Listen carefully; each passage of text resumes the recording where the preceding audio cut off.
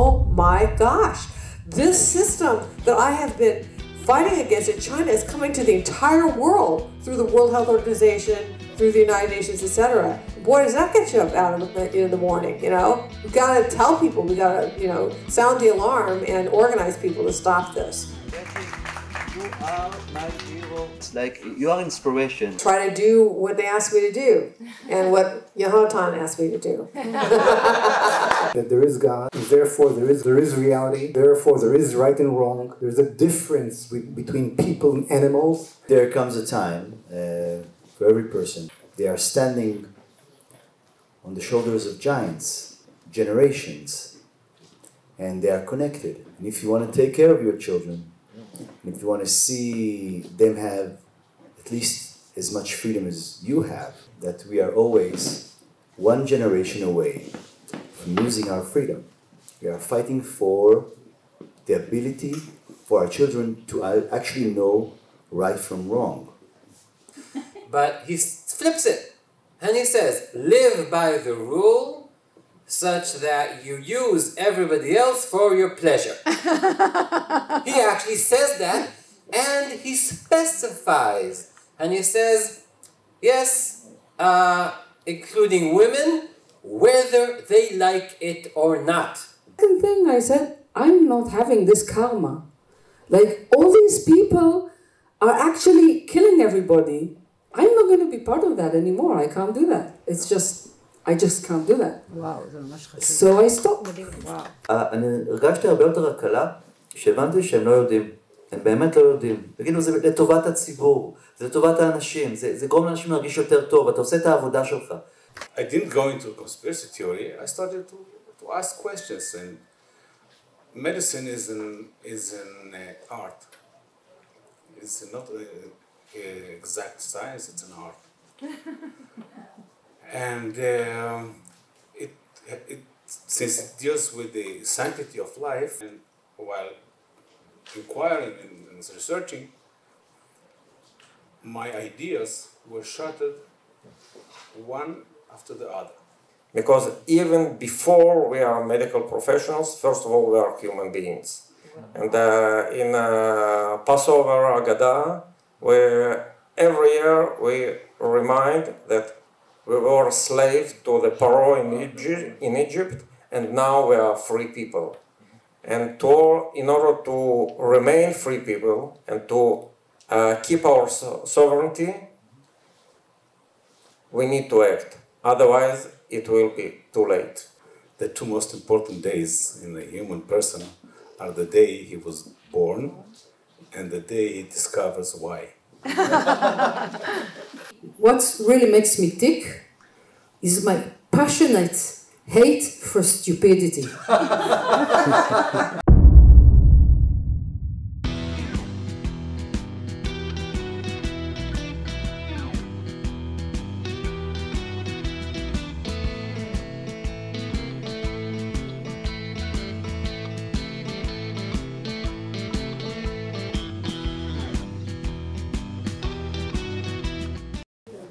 Okay, shalom everybody. Thank you for coming to a very, very, very important subject.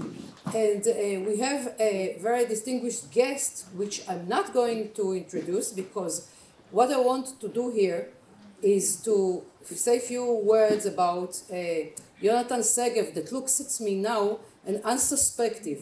Because Yonatan Segev, that will introduce the great REGGIE LITTLEJOHN.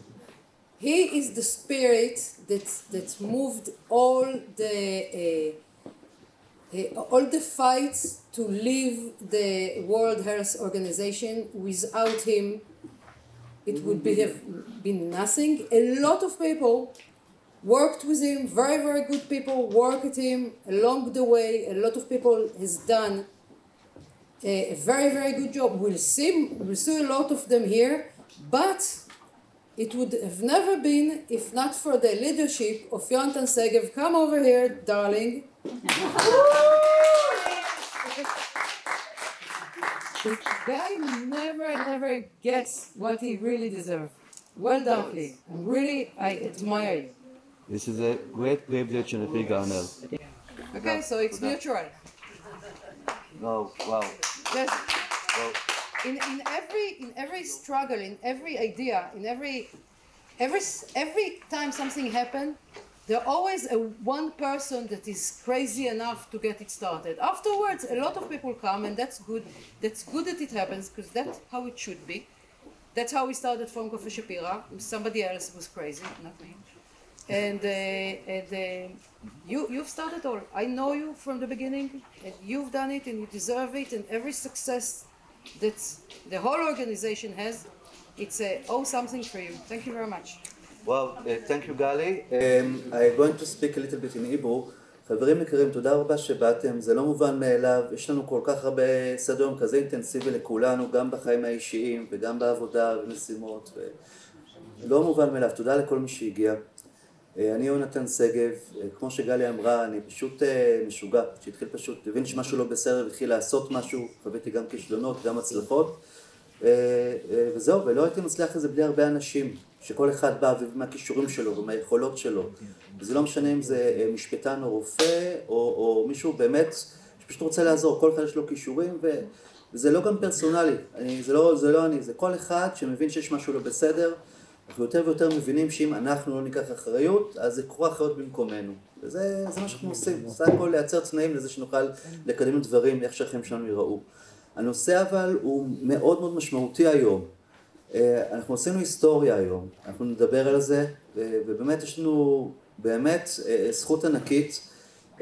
קודם כל להבין ולפתוח דברים שבמיינסטרים הם לא מדוברים. דברים שהם נחשבים לנושא טאבו, שגם מקבלי ההחלטות, הבכירים במדינה לא מבינים אותם ולא מכירים את המורכבויות. והיום ניגע בזה, ונדבר על זה גם בצורה פתוחה, גם אתם חלק, כל אחד שיש לו שאלה או אחד שיש להם שאלה, גם נוכל לענות על שאלות בסוף. האירוע אבל היום הוא הרבה יותר גדול מזה. יש לנו אורחת בינלאומית, אני רוצה שתבינו, היא הגיעה במיוחד לישראל בשביל 3 דקות. היום בוועדה. עורכת הדין רג'י ליטלג'ון מקואליציית הריבונות בארצות הברית, והיא מקדמת כל כך הרבה דברים קטנים וגדולים, והיא באמת עושה את זה מהמקום הכי נקי שאפשר. היא רואה קודם כל את המקום של הזכויות אדם לא בתור כותרת, אלא באמת זה מה שהיא אומרת ועושה. היא בקשר עם חברי סנאט, חברי פרלמנט, עם משפיענים, היא נפגשת, היא משפיעה, היא בקשר עם ממשל טראמפ, הם עבדו מאוד מאוד קשה. היציאה של ארצות הברית מארגון הבריאות העולמי יש לה גם חלק מזה. ארצות הברית פרשה מהארגון, התחילה תהליכי פרישה, לוקחים כשנה, הם כבר פרשו גם מה-CBDC, הם פרשו, גם ארגנטינה פרשה מהארגון, ובאמת זה התחלה של משהו לא קטן בכלל שקורה. אגב, לא רק בארצות הברית, גם בישראל, יש עוד ועוד מקבלי החלטות שמתחילים להבין את זה, ואנחנו קובעים אותם שבשורה. בישראל, מה? איך נשמע? נגיע לזה, בשביל זה אנחנו פה. אז תודה, זה אירוע מאוד מיוחד. Ladies and gentlemen, I want to have someone really special. Flight here 70 hours for 3 minutes in the Knesset today. 70 hours from the States. 17, thank you. I'm terribly tired after 3 days not sleep. Thank you to understand that. And she's a great friend, first of all. Great friend, great colleague. We know Reggie more than a year. With more colleagues like Tony, Philip Kruse from Schweiz that we talked today, and from Netherlands, and from Australia, and from Estonia, like a lot of countries speaking exactly what we do in those days. No, we are in contact, international contact. By the way, part of this is going to be in English, and the panel going to be in English and in Hebrew as well. So don't worry who's there. And I have a big privilege to bring our friend that come especially to hear, Attorney Reggie Littlejohn. Thank you so much. Thank you. Reggie, you are my hero, and you are so many people here. You don't understand, like, you are inspiration. Like, what you see here, it's someone that show everybody that one man, one woman, a strong woman, can change a person. Thank you. I'm tired. Thank you again to internet. Can change reality, not just for a few people or community, It can affect a lot of countries, and this is a special window time. So Reggie come here to share with us very rare knowledge. It's very important to understand what you're going to share. After Reggie share, we're going to have a panel. So Reggie, thank you so much. Thank you so much for here. Your microphone. Thank you. Thank you. Thank you so much, Johan. You're my hero also. Heidi. So yeah, I actually flew to Israel just to speak for 3 minutes at the Knesset. But that's how important Israel is to my heart and to the world. You guys are, this is such an important nation. Yeah, I mean, I love Israel, and I want to support what Yohanatan and Heidi are doing. These people are heroes, and I want to do whatever I can to support you. So, and there are other heroes in here too, people who have really poured out their lives to try to save their country and to save the world. So today we spoke about the World Health Organization, but we're living in a globalist coup, and it involves more than the World Health Organization. It involves the United Nations, it involves the World Economic Forum. It's a total globalist coup, and it is effectuated by wealthy and powerful international elites that I believe are determined to enslave humanity to their own benefit. So this is going to be a much broader presentation, and I'm going to zoom through it because I understand I only have about 30 minutes. Okay, this is my organization, Anti-Globalist International, resisting the Great Reset before it's too late. I'll just start out with, somebody just said, well, what has President Trump done about the World Health Organization? Well, he withdrew us from the World Health Organization, and here are his reasons. This is actually a campaign video. The World Health Organization has become nothing more than a corrupt globalist scam paid for by the United States but owned and controlled by China. When the China virus reached our shores 3 years ago, the World Health Organization disgracefully covered the tracks of the Chinese Communist Party every single step of the way. For this reason, it was my great honor to terminate America's relationship with the World Health Organization. The United States was paying the World Health Organization almost $500 million a year. When I dropped out, I took it out of there. And for 330 million people, even though China was paying only $40 million for 1.4 billion people. So we had 330, they have 1.4, and we're paying more than 10 times the amount. That's typical for the United States because they don't know what the hell they're doing. Unfortunately, crooked Joe Biden foolishly re-entered the World Health Organization at the full price and without any negotiations or reforms. And now Biden is pushing to bypass the United States Senate to enter a pandemic treaty that would surrender American sovereignty to the World Health Organization, again controlled by China. The draft treaty would require the United States to send vast quantities of medical supplies to other countries in the event of another pandemic, and it would push aggressive censorship of free speech on issues of public health, just like they censored the truth about the Wuhan lab, which I said that's where it came from, remember. Under the next Trump administration, that treaty will be immediately terminated. I would not allow public health to be used as a pretext to advance the march of global government. That's what they're doing, globalists. The United States will withdraw from the corrupt World Health Organization, which, in light of its utter failure on COVID, they had a tremendous disaster on COVID, deserves to be completely abolished and replaced.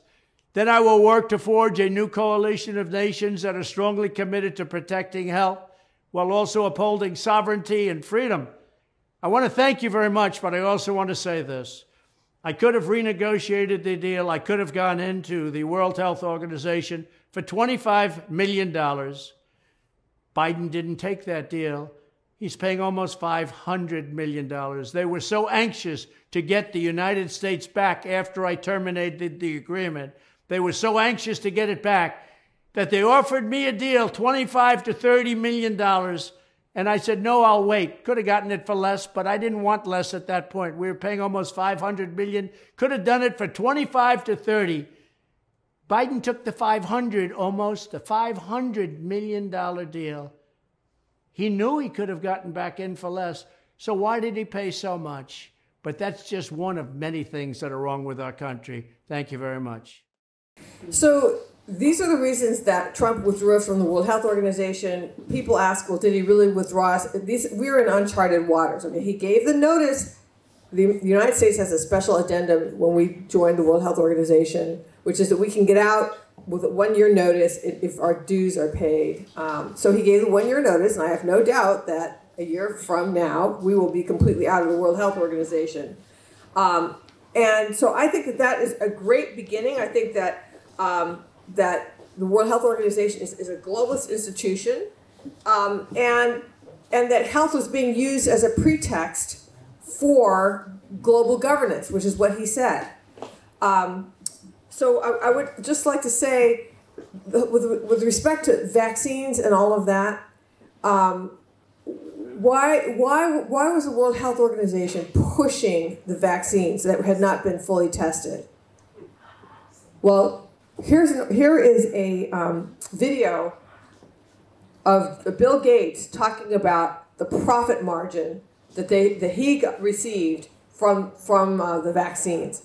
Okay, 20-to-1 return on investment. Let's play that video. We're here today with Bill Gates. A lot to talk about what he's been working on, and thank you so much for being with us.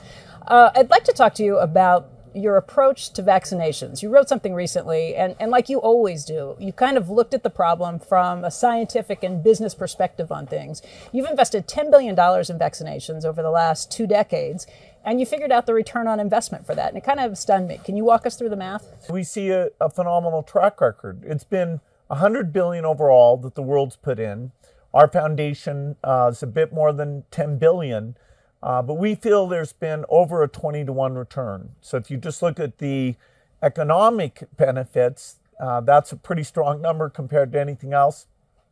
The human benefit in millions of lives saved. So, we're here with a pretty strong message that although all these other issues are very important, let's not forget about the great success in global health and maintaining that commitment. For those who didn't hear, he said that they see a 20-to-1 return on investment. Okay, so that he said that they put in 10 billion. So that would be 200 billion that they made on that, minus the 10 billion, so 190 billion.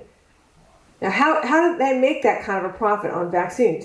Because they are mRNA, which is computer generated. It's not like a traditional vaccine that you have to grow in a petri dish. It's much cheaper to make these mRNA vaccines. So why do we care? Why do we care if Bill Gates is making a 20-to-1 return on investment for vaccines? It's because the Bill and Melinda Gates Foundation has been a major funder, together with Gavi, which is another one of their organizations, which is also committed to vaccines.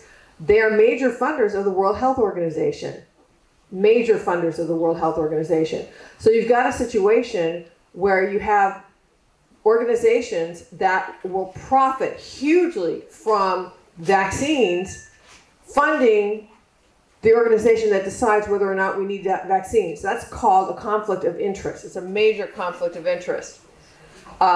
So that's one thing. The World Health Organization is not just like this neutral body. I mean, they are funded by people who would profit from vaccines, and so they have an incentive to say everybody, everybody needs to be vaccinated, once, twice, 3 times, however many times, because their funders make money from that. Now, another issue with the World Health Organization that was referenced by President Trump, where he said that it's bad for free speech. The new international health regulations, in their annex, they said that all countries have to surveil their citizens and also address misinformation and disinformation. So this is surveillance and censorship.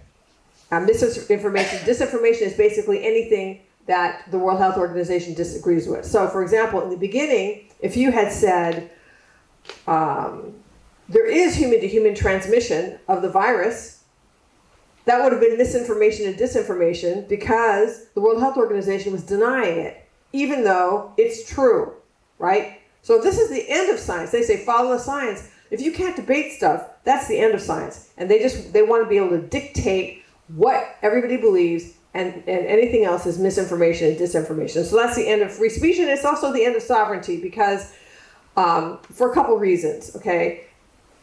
Right, following on what I just said, sovereignty means you are a person or a nation that can make a decision for yourself and then implement that decision. So I got that from Alfred. Where's Alfred? There he is. There. And so in order to make a decision, you have to have correct information. If they are not letting you have the information, you cannot make a decision. And that is a violation of your sovereignty.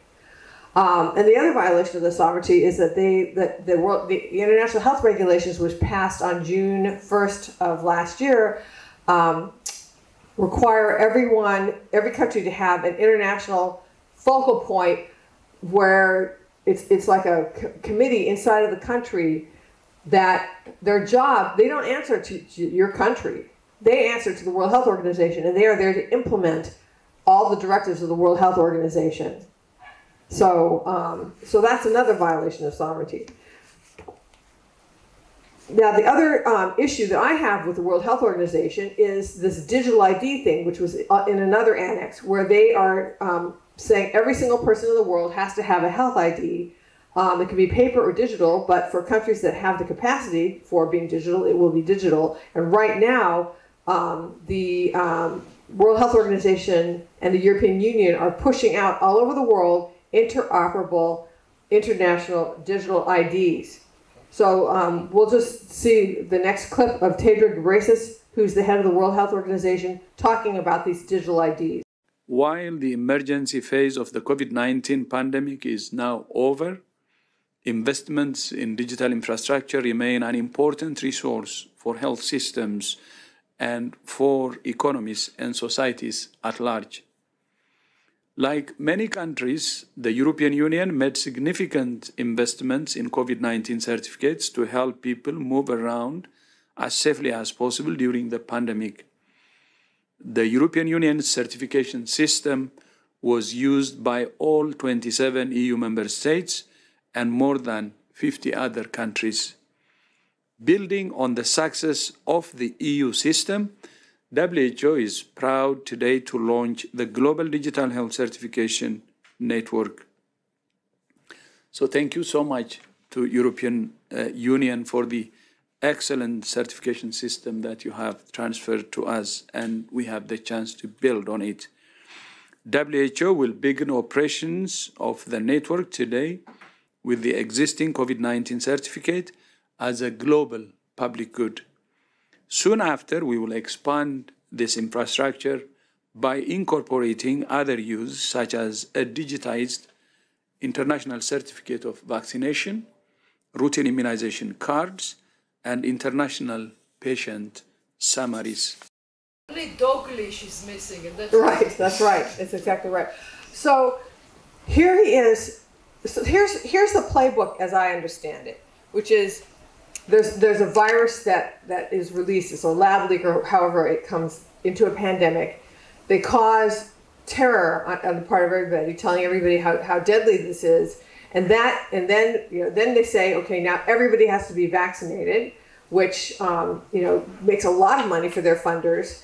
And then they they import or they export the China model, lockdowns, mask mandates, all of that, destroy the economy.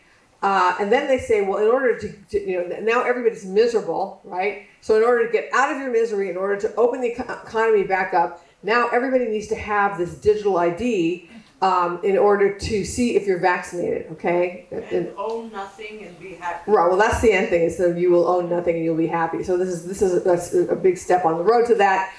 Okay, so what are these digital IDs really about? Are they really just about tracking whether or not you're vaccinated? If you go onto the World Economic Forum website, this is a chart from the World Economic Forum website. What they're saying basically is that you're going to need a digital ID to do all of these things. To access healthcare and insurance. Just to access healthcare, you're going to have a digital ID. You're going to have a digital ID to open a bank account. to travel and mobility. In other words, in China, you have to have an ID just to get on the bus, okay? And if they have a social credit system there. I'll just explain the China social credit system. Sounds like social credit card in the beginning. It's exactly what it is. Right. So the way I got involved with this is actually I'm an attorney, and I represented China a long time ago in the 90s. I represented Chinese refugees in their cases for political asylum in the United States. So I had 2 refugees that were victims of the China one-child policy. So this was in the mid-90s when they were forcibly aborting women up to the 9th months of pregnancy, forced sterilization, infanticide. It was just horrific. And I left the practice of law, founded my first organization, which is still going. It's called Women's Rights Without Frontiers. We have been fighting forced abortion in China. We saved baby girls from sex-selective abortion in China. We saved abandoned widows, who I call the invisible victims of the one-child policy. Anyway, all that being said, when COVID hit, I became very alarmed because I had been confronting the Chinese Communist Party for long enough to know that their tactics were being spread worldwide by the World Health Organization in terms of COVID. And they have something there in China called the social credit system, which is everybody, okay, they track everything about a person. So they have facial recognition. They have real-time geolocation. They know what you look like. They know, where you are, your medical history, your criminal history, your banking history, everything you've ever bought with a credit card, and they're going more and more cashless over there so they can track everything. What else? All your internet search history. How much can you tell about a person by what they search for on the internet? I mean, your internet spending history, basically everything about you, okay? And then they come up with a score. And that score reflects their estimation of how compliant of a Chinese communist slave you are. So if you do everything right, you never criticize the government online, you've got all your vaccinations, everything, then you can lead what looks like a more or less, normal life. But if you buck the system, if you criticize the government online, if you refuse to get vaccinated, of course in China, if you refuse to get vaccinated, they'll probably just drag you out of your house and just force you to be vaccinated or put you in a quarantine camp and you're never heard from again. But, if they don't like you for whatever reason, your score will go down and there are punishments. So the first level of punishment would be you lose your job. Your kid won't be able to go to a good school. You won't be able to borrow money, so you can't buy a home or start a business. Next level of punishment is you will be cut off from your credit cards and your bank account. And so if people think that that can't happen in the West, it already did happen in Canada when, with the truckers. They had a protest about the vaccine mandates, and then the Canadian government, together with the banking system, cut them off from their credit cards and their bank accounts. And you continue to keep it up in China, and they'll just disappear you. Okay, so that infrastructure already exists in China. It's not like the world doesn't have the technology to do this. The world does have the technology to do this, and this digital ID is the technology to bring this worldwide. And I recognized it when I saw it, and so I shifted my efforts from saving. I mean, we're still saving babies in China, but now what I'm trying to do is alert the world to what's going on, because we can all live in what I call a digital gulag. Just a big digital prison. So, according to the World Economic Forum, okay, you're going to need this digital ID to access healthcare, to open bank accounts, to travel, humanitarian response. In other words, if there's a humanitarian crisis, if your country gets hit by a tsunami, you're going to need a digital ID to get any kind of humanitarian relief. You're going to need to participate in social media, okay, to vote, to pay your taxes. So people say, well, just opt out. Well, what if you can't opt out? What if you can't pay your taxes without a digital ID? What's the government going to do to you if you don't pay your taxes? All right? To own a community, huh? It's a digital health ID. Well, what I'm a biometric ID here. Right. Like, we are all registered, right? Only people who are 80 and they didn't change their clear. What I'm saying is that with the digital health ID, which is what the World Health Organization is pushing out, it can very quickly become a general digital ID. You're establishing the infrastructure for it to become a general digital ID. So you're going to need it even to own a telecommunications device like a computer or a cell phone. All right, and then there's smart cities.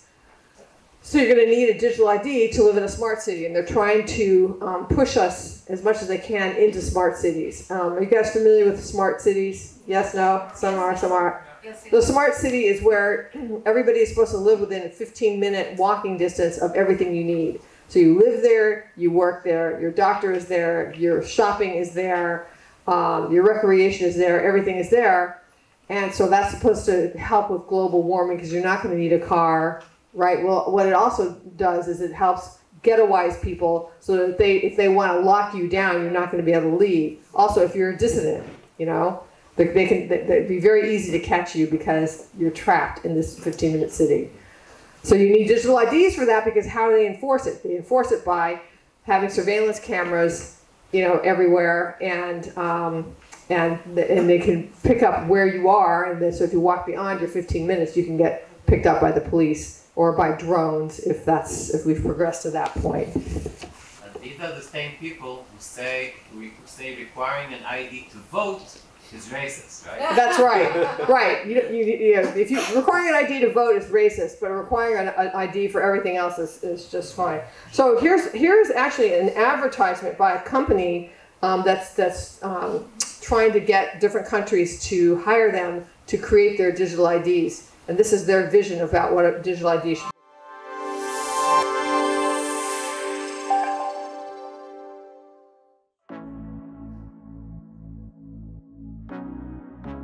Hello everyone, meet Lucy, student in psychology, and me, her digital ID wallet issued by the government to offer a wide range of identity services. In fact, I'm a handy way of proving and protecting her identity both online and face-to-face. Let's have a closer look at what I can do. I can help governments to better communicate with citizens. Right now, I'm reminding Lucy of the appointment she needs to schedule for her mandatory vaccination. Time to go to her exam. Lucy is a bit stressed out. I'm here to make it easy for her to prove she is the right candidate, with a quick and secure connection between her phone and the examiner's.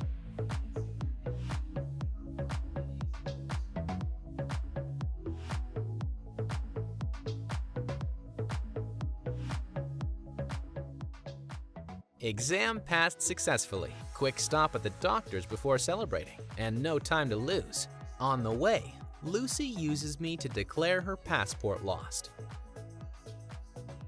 She needs it for her upcoming road trip. No issue. She can request an emergency digital passport without having to go to the authority office. I make official admin a lot smoother. And that's not all. I can also help Lucy request a birth certificate, pay her taxes, or prove who she is when onboarding to new services, such as opening a bank account. I allow Lucy to certify her healthcare coverage entitlement. She's able to decide whether to authorize the doctor to access her medical records or not, ensuring her control over her personal data. Lucy needs one more thing before being all set for her trip to Australia: renting a car. I help her share her driver's license credentials online, so that she doesn't have to wait hours in a queue to collect the car when she gets to Brisbane. The rental company benefits from secure and accurate information, and Lucy from a smooth experience. Lucy's friends are waiting for her inside the bar. To allow her to get in, I simply generate a QR code that proves Lucy is old enough, so she doesn't have to share all her ID details with the bar staff.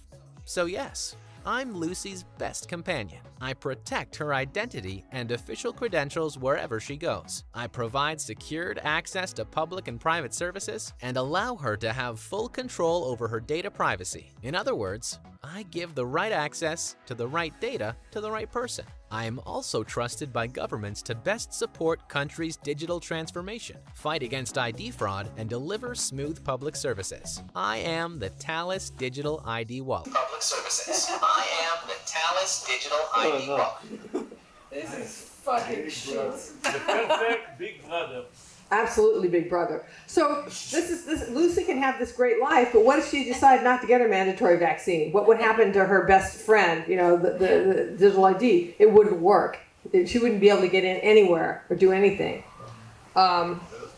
So one of the things that is also very concerning is central bank digital currencies. Have you heard of central bank digital currencies? Yes. Okay. So the thing about so this is another movement that's happening at the same time as the digital ID, is the central bank digital currencies, which I have to say it doesn't have to be a central bank digital currency. It can be any kind of digital currency that can do this.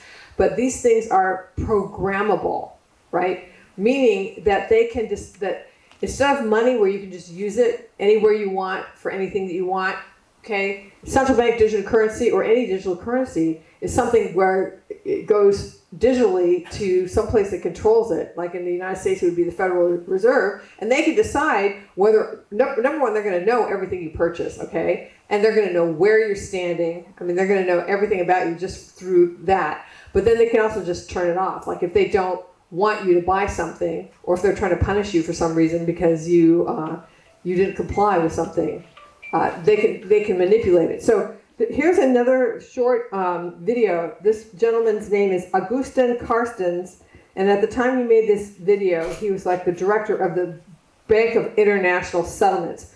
How many people here have heard of the Bank of International Settlements? No one. Okay. So the Bank of the International. Who's that? Is that Alfred? No. Okay. Soren and Alfred, yeah. Yes. Okay. My fellow panelists have heard of this. But everybody else. So the Bank of International Settlements is the biggest and most evil organization you've never heard of, okay, most powerful. And what they are is they're the Bank of International Settlements. So every day, there's all these different transactions that go on, and every night, the Bank of International Settlements settles the internet, all the money that's going internationally. Okay, so they're extremely huge. They are the central bank of the central banks, and so this guy is like the director of the Bank of International Settlements. And here's what he says about central bank digital currencies. I can't even believe that he said this out loud. We tend to establish the equivalence with cash, and there is a huge difference there. For example, in cash, we don't know, for example, who's using a $100 bill today. We don't know who is using a 1,000 peso bill today. A key difference with the CBDC is that central bank will have absolute control on the rules and regulations that will determine the use of that expression of central bank liability. And also, we will have the technology to enforce that. Those two issues are extremely important, and that makes a huge difference with respect to what cash is.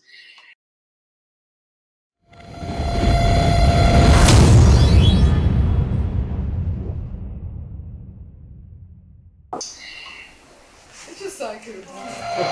He said it. They want CBDCs because we will have, this is a quote, we will have absolute control on the rules and regulations, okay, in other words, how you can use your money, that will determine the use of that expression of central bank liability. In other words, your money. Just a sec. And also we will have the technology to enforce that. Yes? This is World Slave Organization. World Slave Organization, right, that's what he said. Yeah, I mean, this is... Why would countries agree with it? Why would any country go along with it? Why would any country go along with it if it's ruled by globalists? You know, if the leadership of a country are Canada or England now? Exactly, and we're going to get into that.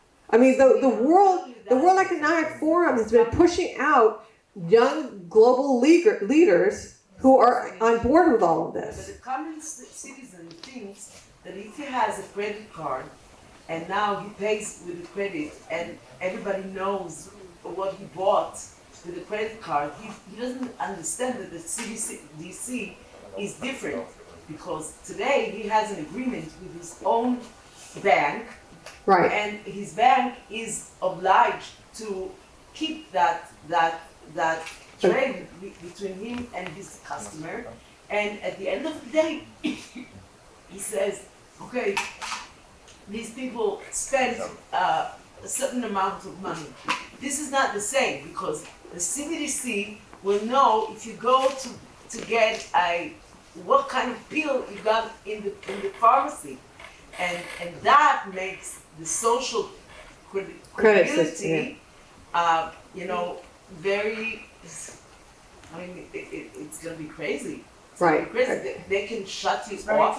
They can shut you off with a button. Right. You know? They can shut you off. They can shut you off, but once there's no cash, it's the end of it. That's right. That's right. She's right. Cash, people can just use cash and do whatever they want. Right. And they won't have control. They won't have control. They're a bunch of psychopaths. So that's why they want to not have cash. Okay. But the CBDC, okay, they can cut off your credit card too. Okay, they already have the ability to do that. But the CBDC, what they can do is they can fine tune it. Like let's say, okay, let's say you have high cholesterol, right? Yeah. All right, and you already ate a hamburger this week. You know, you can go up to the McDonald's and your CBDC will not work because you already ate your cholesterol limit for the week. See what I'm saying? Or let's say that you already you're only allowed one plane flight a year, okay? Because they want to reduce your carbon footprint. So let's say that you went to your daughter or your son's wedding and you used your you used up your flight, and let's say that your loved one dies, you won't be able to fly to the funeral because you already used your credit, you know. So that's what I'm saying is that they can turn it on and turn it off, you know, in very fine ways, control you in very fine ways.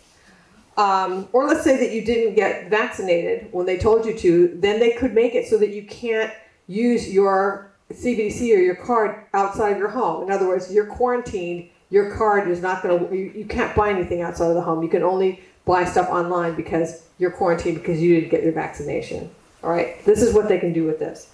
Now, the World Health Organization, the pandemic treaty, which is being considered right now, is going to be voted on this June, has something called One Health.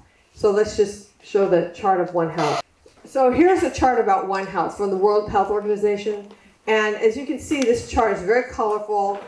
This is typical of things that come out of the United Nations, the World Health Organization, the World Economic Forum. They make it look like something that would go onto the wall in a kindergarten, okay?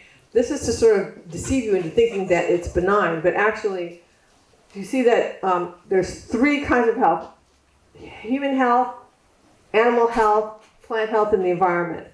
And what One Health does is it equates them. It balances them. They want to balance human health with animal health and with plant health. So what does that mean? It means there was an article that came out from the Lancet that said that One Health says that all life is equal and of equal concern. All life is equal and of equal concern. So what that means is that your life and my life and the lives of our loved ones are equal and of equal concern to the rat, you know, that's out in the backyard, or the blade of grass. The coronavirus. Or, that's right. Coronavirus is a form of life, right? So this is very pernicious because this is the kind of thinking that went behind, I'm sure you heard about the California wildfires, right? Yes. Okay, so why was it that the fire hydrants did not work? The fish, they protected the fish. Exactly. That's right. They're these little smelts. They're like 2-inch fish. And Gavin Newsom decided that the smelts, you know, saving the smelts was more important. So all this rainwater, you know, California had a drought for years. Then it had all this rain. They had enough rain to refill the reservoirs, but Gavin Newsom decided that he was going to have all that rainwater go straight out into the ocean to save the smelts. And so then when we had these massive wildfires, which were predictable, it's not like this never happens, it does happen, there wasn't enough water to fill the fire hydrants, and so many people's lives were completely destroyed. Okay. The thing is, you can't, it's the same people, there are Black Lives Matter, that is right. People who say all life matter is bad. Right. People who say all life better, including the animals, it's good again. It's right. And then the other thing about this One Health, animal health, plant health, oh, and by the way, the animals include companion animals, so that they can get into your house to check your dog or your bird or whatever you have, okay? Companion animals are named in the, I think it's the International Health Regulations. But it enables them to surveil every aspect of life on Earth. They can surveil all human life, all plant life, all animal life. So it just becomes a top to bottom surveillance state. They're always spying on us. That's right. They're always spying on us. Right. Under control. Right. But again, the World Health Organization is not the only the ones that want to take control. We also have to deal with the United Nations, which passed the Pact for the Future last September. So in the Pact for the Future, and this passed, and most people, how many people here have even heard of the Pact for the Future? One. Okay, one. Okay, listen. The United Nations Pact for the Future is just as bad as the International Health Regulations for the United Nations. So what the Pact for the Future is it's like the United Nations wants to take over concerning healthcare, and the Pact for the Future is taking over for everything else, including climate change. So they have this thing where if there's what they call a complex global shock, they will have an emergency platform that operationalizes automatically, in which the United Nations will direct the world in how to handle this. So what's a complex global shock? Well, according to one of their documents, could be a major, the first thing is a major climatic event. So in other words, climate change, they could declare that to be a complex global shock. Future pandemic risks, events involving biological agents, disruption of global flows of goods or people. In other words, if there is a supply chain disruption, and I don't know what they mean by disruption to global flows of people. Does that mean like if you decide to protect your border? Is that what that means? You know? That could be a complex global shock. Like, so in other words, President Trump has decided that we're going to protect our southern border according to the United Nations. I suppose that could be a complex global shock. Then we've got cyberspace and global digital connectivity disruption. In other words, if the grid goes down, the electrical grid, if the internet goes down, that could be a complex global shock. And then a major event in outer space, not to leave outer space out, like if two galaxies collide, I suppose, that could be a complex global shock. And then they had something called an unforeseen black swan event. So that's anything they didn't think of. So what happens if they declare a complex global shock? And this is an emergency platform that will operationalize automatically. In other words, they don't have to go back to the countries. They don't have to go back to Israel or the United States or anyone else to say, do you agree this is a complex global shock? Do you agree that we need to do something? No, they can just declare it themselves, and then they get to direct what the world response is going to be. And that was approved last September under the Biden administration. Yeah, I see a look of alarm. People don't even know about this. This is terrible. And this is almost every subject can be artificially happen. They right. They can create it all. That's and right. then get all the power. That's exactly right. And some would argue that that's what happened with exactly. COVID. Okay. There's some say that it already happened. Right. Okay, I mentioned 15-minute cities. I don't know if people are familiar with Christine Anderson, the MP from Germany. Yeah, she's awesome. And here she is talking about the 15-minute cities. A 15-minute city means basically a neighborhood where you can reach everything you need within a 15-minute foot walk. A doctor, grocery store, and so forth. However, if you now fancy another store and it does not happen to be in your neighborhood, you won't be going to that store anymore. Total control is what we're talking about. Once they decide you're no longer allowed to leave your 15-minute immediate area, they don't have to fence it in or anything. It will be done via digital ID. With a social credit system, kind of something maintaining like that. compliance. Yes. And there's pilot projects already going on in Bologna. It's called the Bologna Wallet, and in Vienna it's called the Vienna Token. It's voluntary for now, and it's only pretty much enticing people to get some ticket for a little less or something like that to go to theater, something like that. But soon there will be a time you don't have a choice anymore. You have to have this digital green certificate, this QR code, whatever, and then So that's the 15-minute city that I was mentioning to you before, and they need these digital IDs to enforce that. So what is the goal? What do these globalists really want? I would say control. Well, they want complete control. And so here's Klaus Schwab from the World Economic Forum, founder of the World Economic Forum, talking about how the fourth industrial revolution, which is what they are calling the Great Reset, that's one of the names for it, is not going to, it will change us, okay? It's going to change us, not just what we do. And also talking about how it's going to reduce jobs in the workforce. Industrial revolution is, it doesn't change what you are doing. It changes you. If you take genetic editing, just as an example, it's you who are changed. Yeah. And of course this has a big impact on your identity. Yeah. And it offers certain kinds of possibilities that have to be careful about. You know, when you began to do that kind of gene editing, some people worry that you were changing what it means to be human. That's the problem. Of course, the new industrial revolution offers us many opportunities, but it raises manifold questions on the ethical, but even legal implications, and we have to be prepared for it, and that's what we want to do in Davos next year. Talk about technology and how the ways it can be deployed, that contribute to growth rather than exacerbate unemployment. How will that implement itself? It's a big question mark, because there is a fear that technology, robots, just to take one. You get activity from machines. Exactly, and it replaces maybe the workforce or jobs faster than we can replace them with new jobs. So, not everybody can be a robot polisher and so on, so there will be new jobs.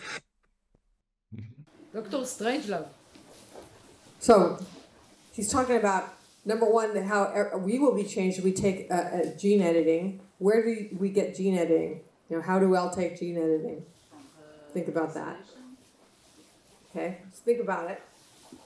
That's a very interesting thing that he said, and that that this becoming digitized and robotized is going to eliminate jobs faster than they can create it, because we can't all be robot polishers, to quote him.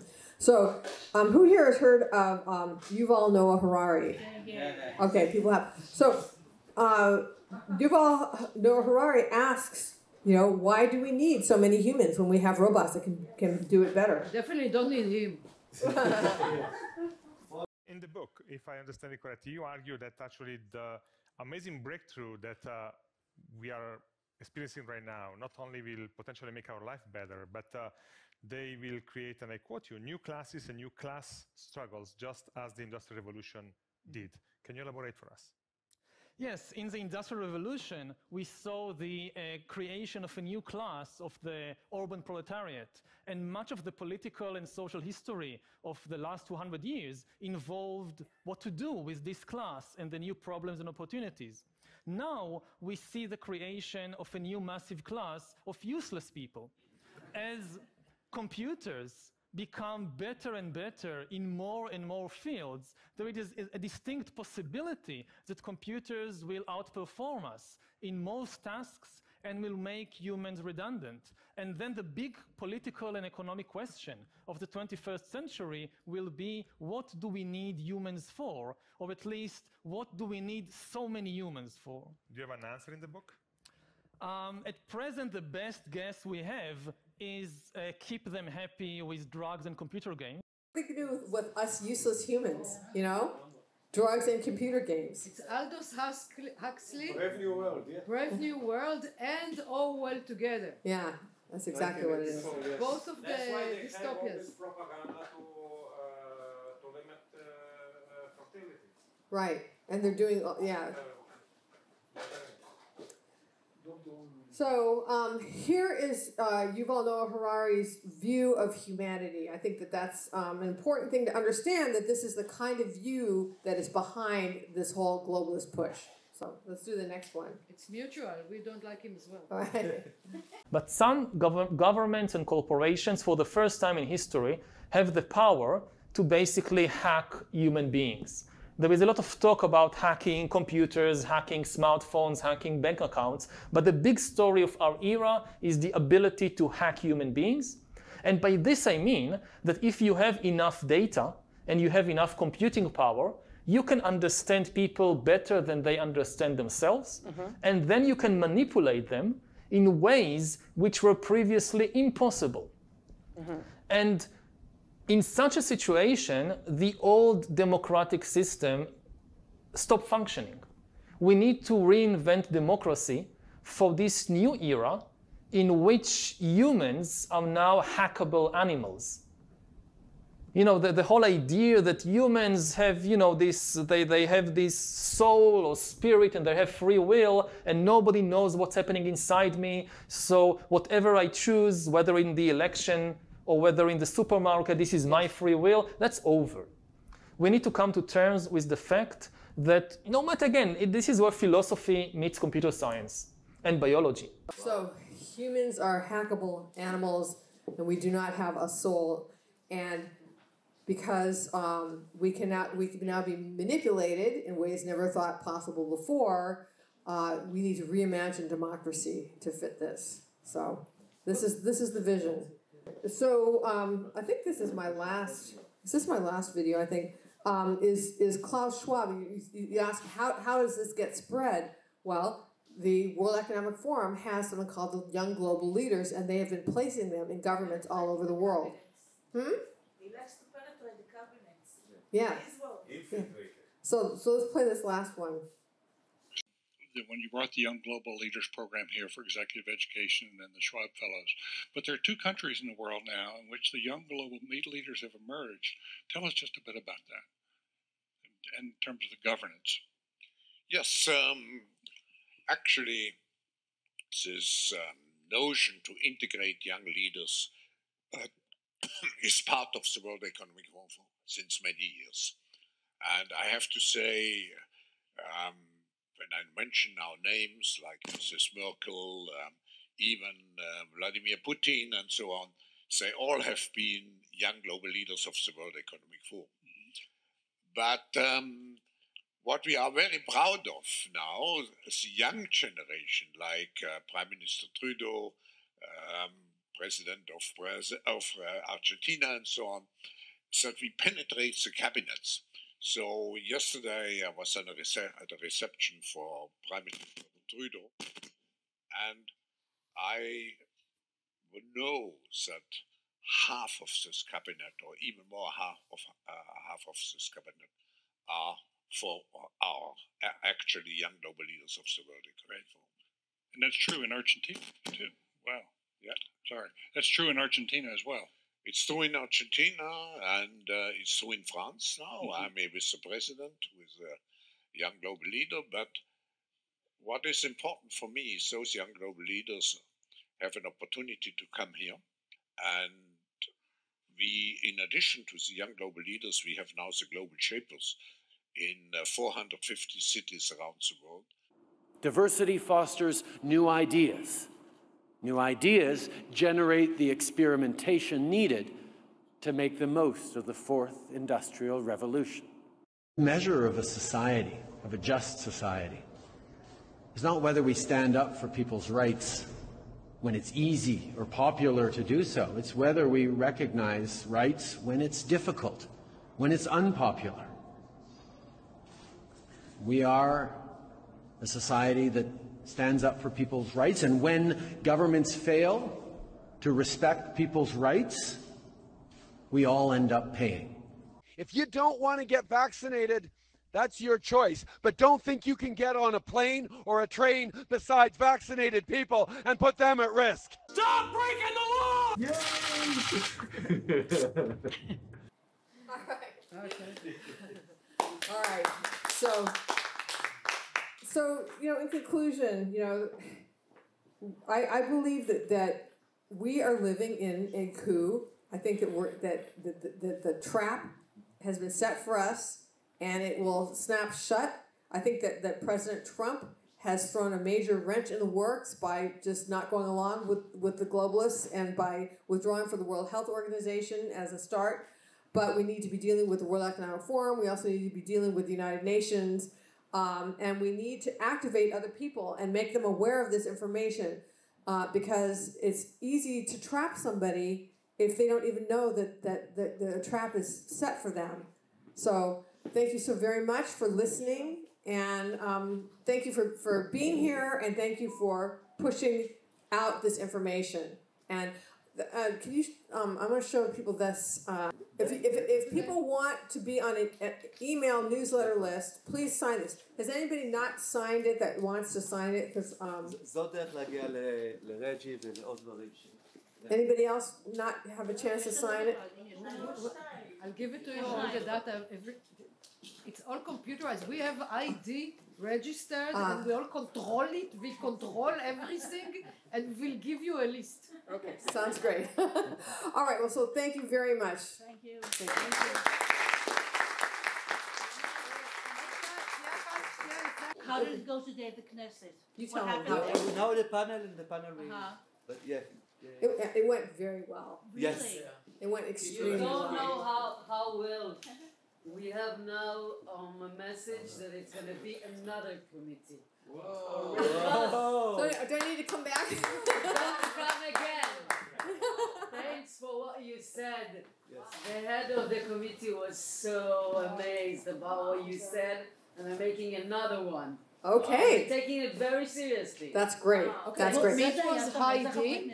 Heidi's got a birthday today. That's right. Heidi's got a birthday today. Yeah. So we brought the cake. So we're having, so we're having a little הפסקה. We're having a cake for Heidi's birthday. my You are invited to stay God. for the panel, obviously. Of course. Yes. Just making sure you're not going away. Well, I can't go away. So we'll have 10 minutes of הפסקה and celebrate Heidi's. Somebody wants to open the cake and help us with it. Maybe We're going to sing her happy birthday? Heidi should open the cake. Happy birthday to you. Happy birthday, dear Heidi. Happy birthday to you. היידי, מזל טוב. הזכות שלי. רגע, לפני שאת אומרת, אני רוצה להגיד לכם שהיום הייתה ועדה היסטורית בכנסת שהשפיעה לא רק על ישראל בכל העולם, והרבה אנשים תרמו לזה, ושזה יקרה, לא מבחינת כסף, מבחינת משאבים, ניסיון, ידע, אבל היא הצליחה רק בזכותה. זאת אומרת, היא הבינה את המורכבות, וחשוב להבין מה האישה הזאת באמת הצליחה לעשות מה שאף אחד אחר, כי כל הנושא זה שאף אחד לא הבין את זה בכנסת, והיא הבינה את הסיטואציה, והיא מצאה את הדרך לבוא ולהנגיש את זה בדרך שהבינו. אז היידי, באמת תודה לך, היא גם, באמת כשהתחילה לטפל בנושא הזה, אז אף אחד לא, וזאת הדרך היא לעזור למקבלי ההחלטות לעשות את העבודה שלהם, והיידי הצליחה למצוא את הדרך בתור לוביסטית חברתית. היידי, תודה לך. שיונתן פנה אליי והוא אמר לי, יש בעיה, אז אמרתי לו, בוא לכנסת. הוא לי, מה זאת אומרת בוא לכנסת? וככה אני עובדת, באים איתי ואני רוצה לראות מה הבעיה ואנחנו נעשה עבודת עומק. העבודת עומק הזו הביאה לזה שהיה לנו את ועדת חוקה 4 שעות, והיה לנו דיון בוועדת הבריאות, ודיון נוסף בוועדת הבריאות, ויש הצעת חוק שבעזרת השם נחזור מהפגרה, זה יעלה טרומית, ואנחנו עד הסוף ניתן את כל מה שצריך, בכדי להוציא את עצמנו מכל השליטה החיצונית הזו, שהיא לא הגיונית. אין סיבה, יש לנו מערכת בריאות משלנו, מה זה הניסיון להכתיב מבחוץ? המדינה הזאת מספיק חולה גם בלי להכניס לראש החולה. מספיק יש לנו בעיות עם מטרד הבריאות שלנו, אז אנחנו לא צריכים גם אותם על הראש. יש לי שאלה, מה עם משרד איכות הסביבה שהיא עושה דברים, אף אחד לא יודע מה היא עושה? אנחנו דווקא דיברנו איתה בנושא הזה, והשרה עידית צילמן אמרה שהיא מאוד תומכת במה שאנחנו עושים. באמת? כן. אז היא רוצה לשמוע על זה יותר. אני חושבת שבעיקר כל מה שאנחנו רואים בתוך הכנסת זה שיש קושי מאוד גדול מבחינת הנבחרים שאין להם מושג כל כך במה מדובר, וכשאתה מדבר איתם עובדות אין להם איך לענות. אבל הם לא יכולים להבין מה שאנחנו מבינים. לאט לאט אנחנו עושים עבודה מאוד מאוד עמוקה. אתה רואה ששבוע שעבר אומר לנו השר ניר ברקת, שר הכלכלה, הוא אומר זה בכלל נושא מדיני מה שקורה כאן, ופתאום מה שאנחנו עשינו בפגישה הקודמת איתו זה חדר אליו, הוא למד את הנושא. כל מי שלומד את זה לא יכול להתווכח עם עובדות, לכן היה טוב היום שלא נפלנו למלכודת של אותו אחד שניסה לומר, זה מתנגדי חיסונים, זה בכלל הנושא. אנחנו מדברים על א' או עונה ח'. אמר שם איזה אחד, כן, כן, זה הכי טוב לברוח. בדיוק. איך קוראים לו? מי זה היה? כן, כן. הוא ניסה פשוט להוציא אותה, הוא רצה... בדיון שהיה לפני כן בחוקה חוק ומשפט, ישבה שם גברת פרייסלס, והיא ניסתה לומר, אוי מה עשו לי בקורונה מיד סתמנו לה את הפה. אז היום כשהוא ניסה גם לומר, מתנגדי חיסונים, מיד סתמנו לו את הפה. הם תמיד, יש לו איזה תפקיד, הוא דוקטור למה? כן. הוא וחגי לוין, דלתות מסתובבות, היום הוא בטאו, הוא אחיין, אמר את זה עכשיו סרגי, הוא אחיין של מנכ"ל משרד החוץ. וואו. אז כן, אז כולם ככה מעורבבים שם, אבל מנכ"ל משרד החוץ דווקא אמר שהוא מודאג, וזה שימח אותי.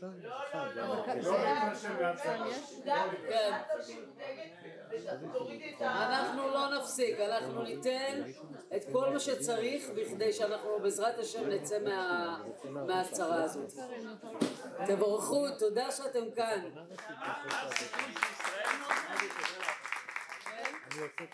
מה הסיכוי? שישראל תפרוש מהארגון לגמרי, מארגון World Health Organization וגם מהאו"ם.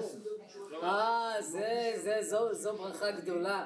אם נפרוש מהאו"ם, באמת נפתור הרבה בעיות. מה אנחנו צריכים את האו"ם הזה שרק עומד עלינו? זו תקופה מאוד מאוד מיוחדת. יש לנו חלון הזדמנויות שאפשר להשפיע מאוד על איך החיים שלנו, של הדורות ההמשך ייראו.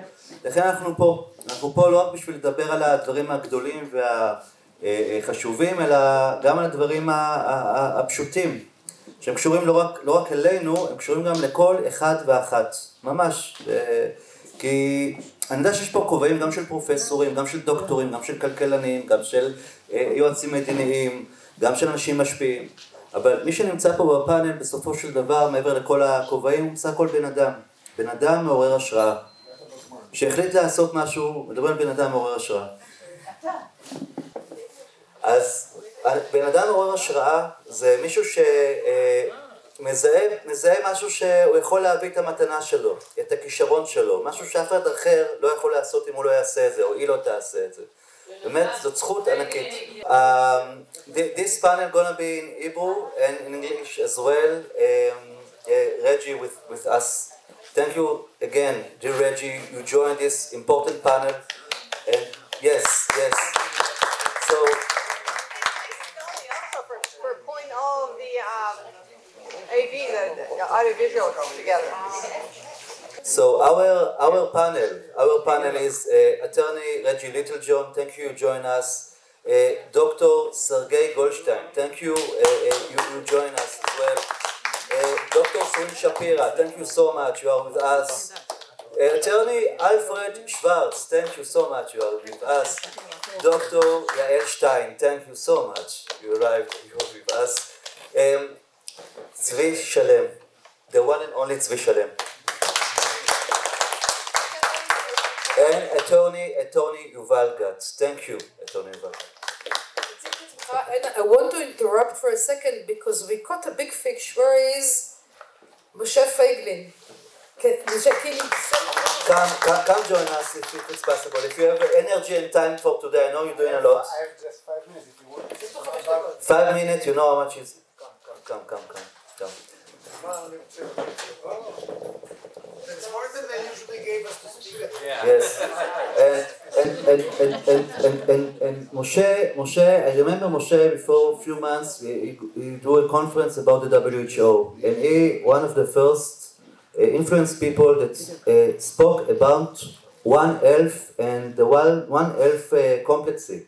So thank you about that. Thank you so much. And this panel is going to be like a speed panel, like about each one going to talk not about big stuff, about himself, about inspiration he brings to to the world, how we discover his gift, because this is the most important. The most important, it's not just what we're doing, it's the place we are doing. And it's like each one and one of us can do what those people are doing. Exactly, we are the same. If they call about equity, this is us, this is inspiration that can we bring to the world. So thank you. So thank you so much with us. Share with us a little bit about what gives you inspiration, for what you getting up from the morning and what you're doing before, because you're doing a lot. So what gives you inspiration for what you're doing? First of all, I want to thank you very much for inviting me to speak here for a few minutes. I don't have more than that. I'm apologize from the very beginning that I'll have to go afterwards. But to see all this panel and see that there are still people here on this earth who cares about freedom, who cares about humanity, that did not lose the sense of liberty.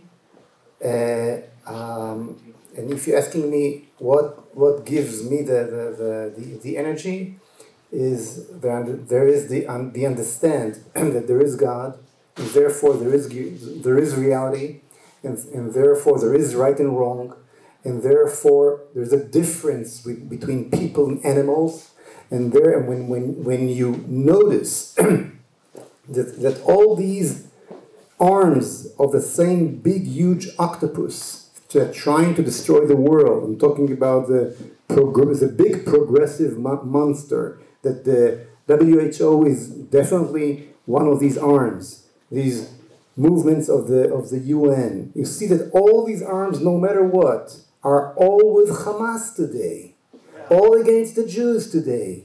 Suddenly you see the real face of this monster. Suddenly you understand that it's not about environment. Why at the 8th of October, Greta was the first one to jump out and say she's in favor of Hamas? What's the connection between the environment and the horrible things that the Hamas did? But she's just an arm of the same monster. And the other arms, including the other organizations of the UN, are basically the Babylon Tower, the new modern Babylon Tower that look to eliminate the world from the touch of God. Send God out of the picture. We will control the world. We will build this tower. Our wisdom, our prophets tells us that when a brick fell, when they built the tower, everybody stopped the work on the Babylon Tower and cried. But when a human being fell, then no one cared. Okay? And it's amazing. There was an environment crisis, right? The flood. Just another brick in the wall. Yeah, the flood. They used some kind of excuse to scare everybody, right? If you're not going to let us control the world, and it doesn't matter if it will be with the environment or the new virus or the new vaccine that now you all have to take, as long as you make us the new rulers of the entire world, we have to make the whole world now unite under our kingdom. So the bottom line is that we're dealing here with a monster. And you, all the people here, have the ability to see that monster and understand what you're fighting against. And thank you very much for it. And it's so good to see that there are still people like you on earth fighting this war. May be blessed from above. Thank you. Woo! Thank you so much, Moshe Feiglin. Dear friends, in the end, there's space for questions. So each one can share question or share thoughts together. So yes. Attorney Yuval Gatz, Good evening. Thank you so much for the things you bring today in the committee. Please share with us what bring you inspiration for what you wake up to the morning, about things that really you care. What you do, why you're doing what you're doing, and you're doing a lot. So please share us for a few thoughts.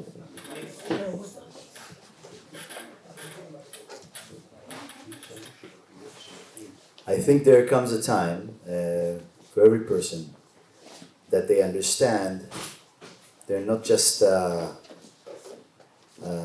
flower on some shallow waters floating, but took something to bring them where they are. They are standing on the shoulders of giants, generations, and they are connected, and they should connect themselves forward because they have children. And if you want to take care of your children, and if you want to see them have at least as much freedom as you have, there's a saying by the late President Reagan. He said that we are always one generation away from losing our freedom. And this is the generation. We are fighting for freedom. We are fighting for the ability for our children to actually know right from wrong, to have connection to their cultural endowment, to the Bible. And I think it's a good program, that Bible, you know.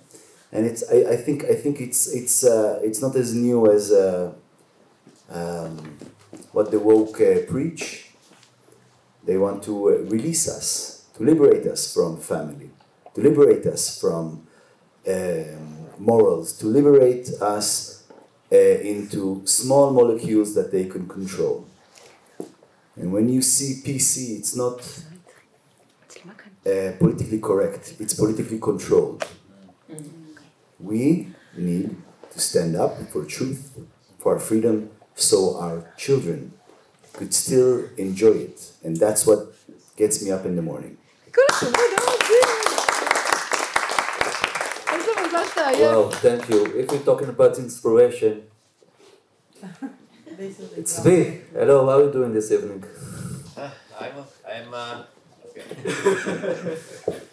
I'm okay, actually a little bit overwhelmed now, but I'm going to do what Gali asked me to do.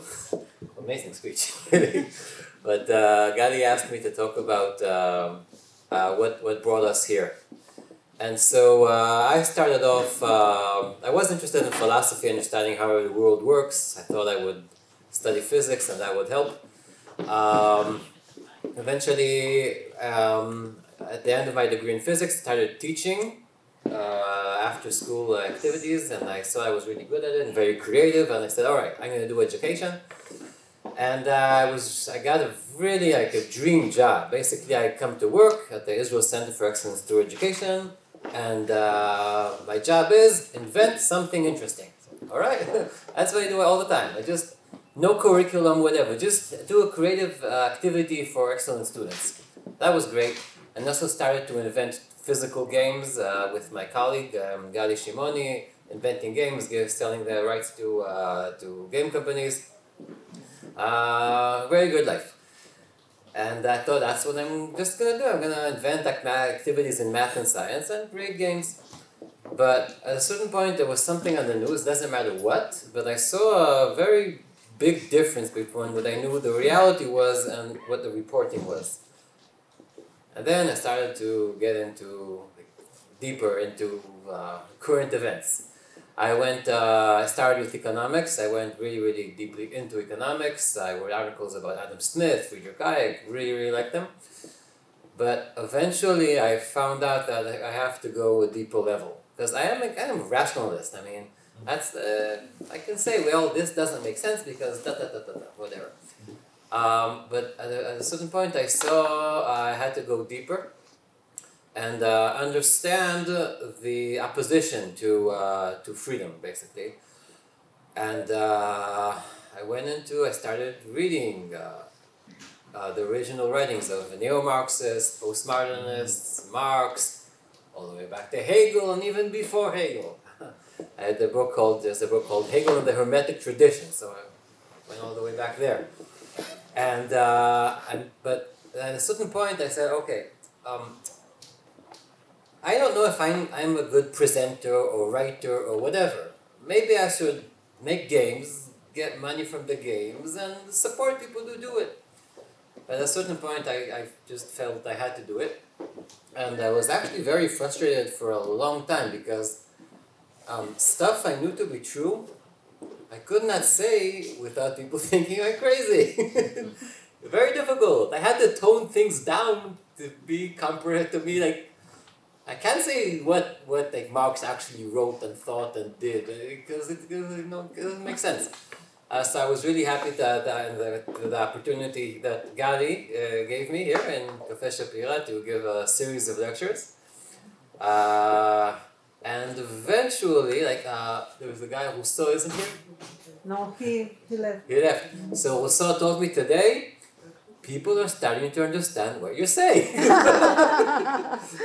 But it's not because I did learn how to talk, I was able to express myself better, but also reality, the symptoms caught up with the harsh reality. After the 7th of October, people said, oh, people are willing to understand how deep and distorted the enemy we're dealing with.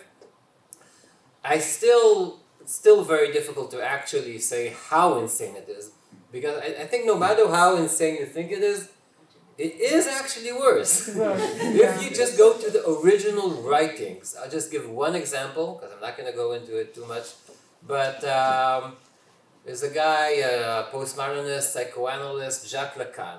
Okay, so I was going under the interview with the guy who was going to talk about them, so I said, okay, I guess I should learn some Jacques Lacan. And he's like a devil worshipper. I mean, he writes stuff like Jacques Lacan, I think he's really, really smart, and he knows tons of stuff. I mean, he knows the Bible, he knows philosophy, he knows a lot. But his method is inverting. That's the whole method, inverting. Doesn't know how to build anything. Nothing to build, but inverting. So he takes the categorical imperative of Kant, which is basically, kind of makes sense, take upon yourself rules that if everybody does them, then society can function. Okay. But he flips it, and he says, live by the rule such that you use everybody else for your pleasure.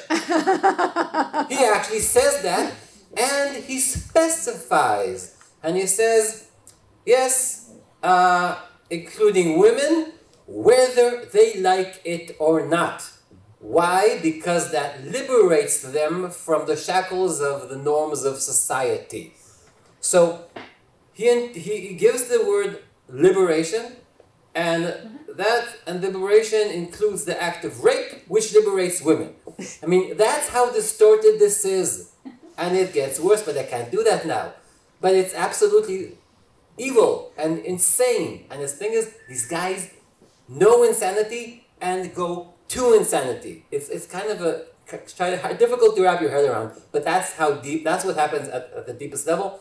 And the thing is that these guys, including Marcuse and many Judith Butler and Derrida and all these guys,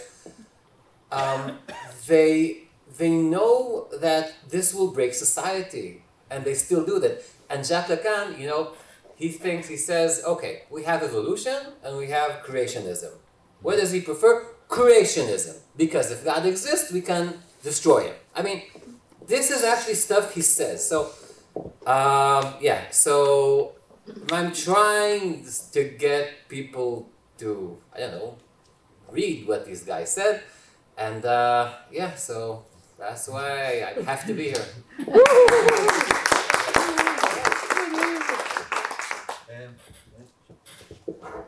Dr. Yael Stein, thank you for coming here. Today she was in the committee and she wanted to speak and share this is a good opportunity to share as well. I think you want to share in the committee and about yourself and your work. You're doing amazing work. Thank you. Good evening. Thank you. I'm here. Thank you. Well, I didn't end up saying anything at the committee, but actually what I wanted to say was said quite exactly by Philip Kruse. Attorney Philip Kruse from Switzerland. I'll just say in a minute and then I'll get back to what I wanted to say. That I wanted to speak about free science. That science has been taken by money and science today is biased. It is not free. What we see, what they call evidence-based medicine, is very, very far from the original. It is money-based science, and I cannot trust protocols and articles that are funded and that are invited and that are published by interested parties. So I think science today is very, very biased, and it is very, very far from the truth. So that's what I wanted to say about it in the committee. So it doesn't matter because Philip actually did say it. But why does it bother you? Why does it bother me? Okay, I studied medicine and I studied public health, and when in between, I was looking for what to specify in, and I didn't find anything, so I went to administration, then I went to work a bit in environmental and occupational medicine research, researching health effects of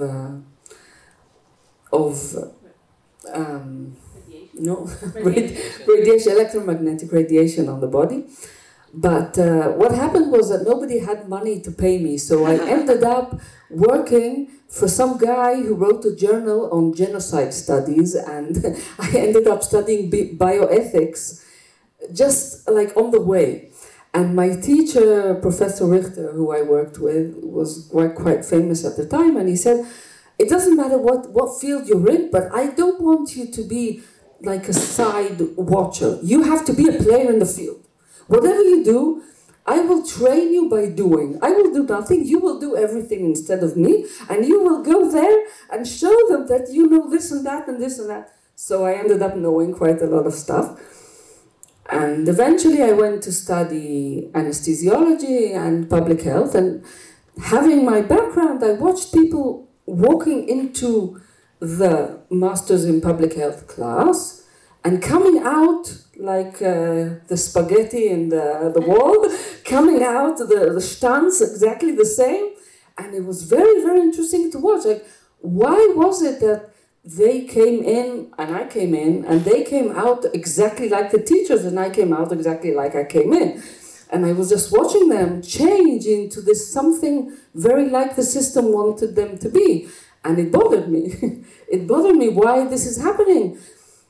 And then I started working in medicine, and when the pandemic showed up, I said, okay, this looks familiar. You know, I've seen things similar to this. I think this was December 2019. In the hospital. In the hospital. I said, what are they talking about? When they say there will be a mandatory vaccine, I'm out of here. So actually I didn't come out then, because actually I was able to avoid the mandatory vaccine. But I left for many reasons, but there were two main reasons. One reason was that you can't tell people not to breathe for a whole year. You can't tell people, you can't build hospitals with no windows and put masks on people's faces and tell them continue living. Everything is okay, it's normal. Okay, that's one thing. And the second thing I said, I'm not having this karma. Like, all these people are actually killing everybody. I'm not going to be part of that anymore. I can't do that. It's just, I just can't do that. Wow.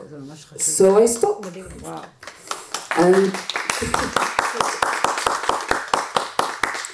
And today I work in biodynamic agriculture, which is I found someone who has a farm, so I work in his farm. And it's actually from the work of Rudolf Steiner, who I'm not sure what his origins were, but he had some nice, very nice ideas also about freedom. And it's outdoors and there's a lot of air, and I can keep a dog, and I can make my own time, and I don't have to kill anybody on the way to work. So I do that. I don't earn so much money, but I'm on my way. So that's what I do. כל הכבוד, פשוט מדהים, מדהים. About the community you have in Jerusalem. Oh, okay. Also, I built a yurt in the center of Jerusalem, just behind the Prime Minister's house. And yeah, a yurt, like a Mongolian hut, Mongolian tent. There is this, what are they called? Association, NGO, that they take empty spaces that are unused, and they turn it into community centers. So during the time after I left the hospital, I actually left the hospital because I became very, very sick from breathing all the chemicals in the mask. So I was sick and I couldn't work. And I gathered around me a group of therapists in all sorts of alternative medicine fields, and we wanted to have a place to do our things. So I rented this courtyard of an empty building that became a community center. And today I have all sorts of workshops and lectures and all sorts of interesting things there, and it's really in the center of town. It's very nice. And events. Yeah, music events, all sorts of things. It's very fun. פשוט מדהים. אטורני אלפרד שוורץ. זהו בעל החווה? Good evening. I'm not sure exactly where to start. I guess I'll start in 1977. I grew up, I'll start even a little earlier. I grew up as a very physical, athletic kid with a tremendous interest in mechanics. So my future was set to be involved in athletics and mechanical engineering, which is eventually what I did. And I was a technocrat to the extreme. In 1977, as it turned out, I met a rabbi. He's the rabbi who started up a yeshiva, Yeshivat Or Sameach, for whoever knows that yeshiva. That's the rabbi who converted or had what is Zohar, among others, Choser B'Tshuva, which is all the Bohemians. All the Bohemians at the time. And I had a conversation with him at the time. I was 23 at the time, 24 at the time. And I said to him, look, I don't care about anything. I can solve any problem. I was on my way to getting my mechanical engineering degree. I can solve anything and everything. And he said to me something that stayed with me for actually the rest of my life. And that was, look, you can invent and do and solve everything. At the time, I did not want to have anything to do with humanities studies. I went through my teens reading a tremendous amount of books. I was born in Romania. I've been reading since about the age of 3, and I can't even begin to tell you how much I've read. And I didn't want to have anything to do with humanities. And he said, look, you can solve anything and everything, but who is going to determine how to use whatever it is that you invent?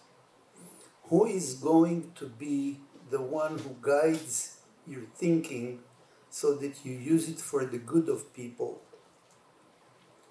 It hit me like a ton of rocks. I had never thought about that. Not only that, he said something that outright insulted my intelligence initially. He said, look, you're playing with your brains like it's a game. But ultimately, that thinking that you're doing is your brain is using the thinking, it needs it like a steak. You need to eat something for your stomach, and you're playing games with your brain, solving all sorts of problems, but that's just feeding your brains to just feed it for whatever it needs. This thing stayed with me for, like I said, for my entire life. Eventually, I got my engineering degree. I went to the United States. I worked as an engineer for many years. And that's where I encountered problems of environment, because I was associated with the mining industry. And the mining industry is an industry that creates a tremendous amount of pollution. And it creates a tremendous amount of environmental degradation. So I ended up being connected to the Bureau of Reclamation in the United States, which is what reclaims the land that the mining processes destroy. And I've become aware of things that I had never been aware before.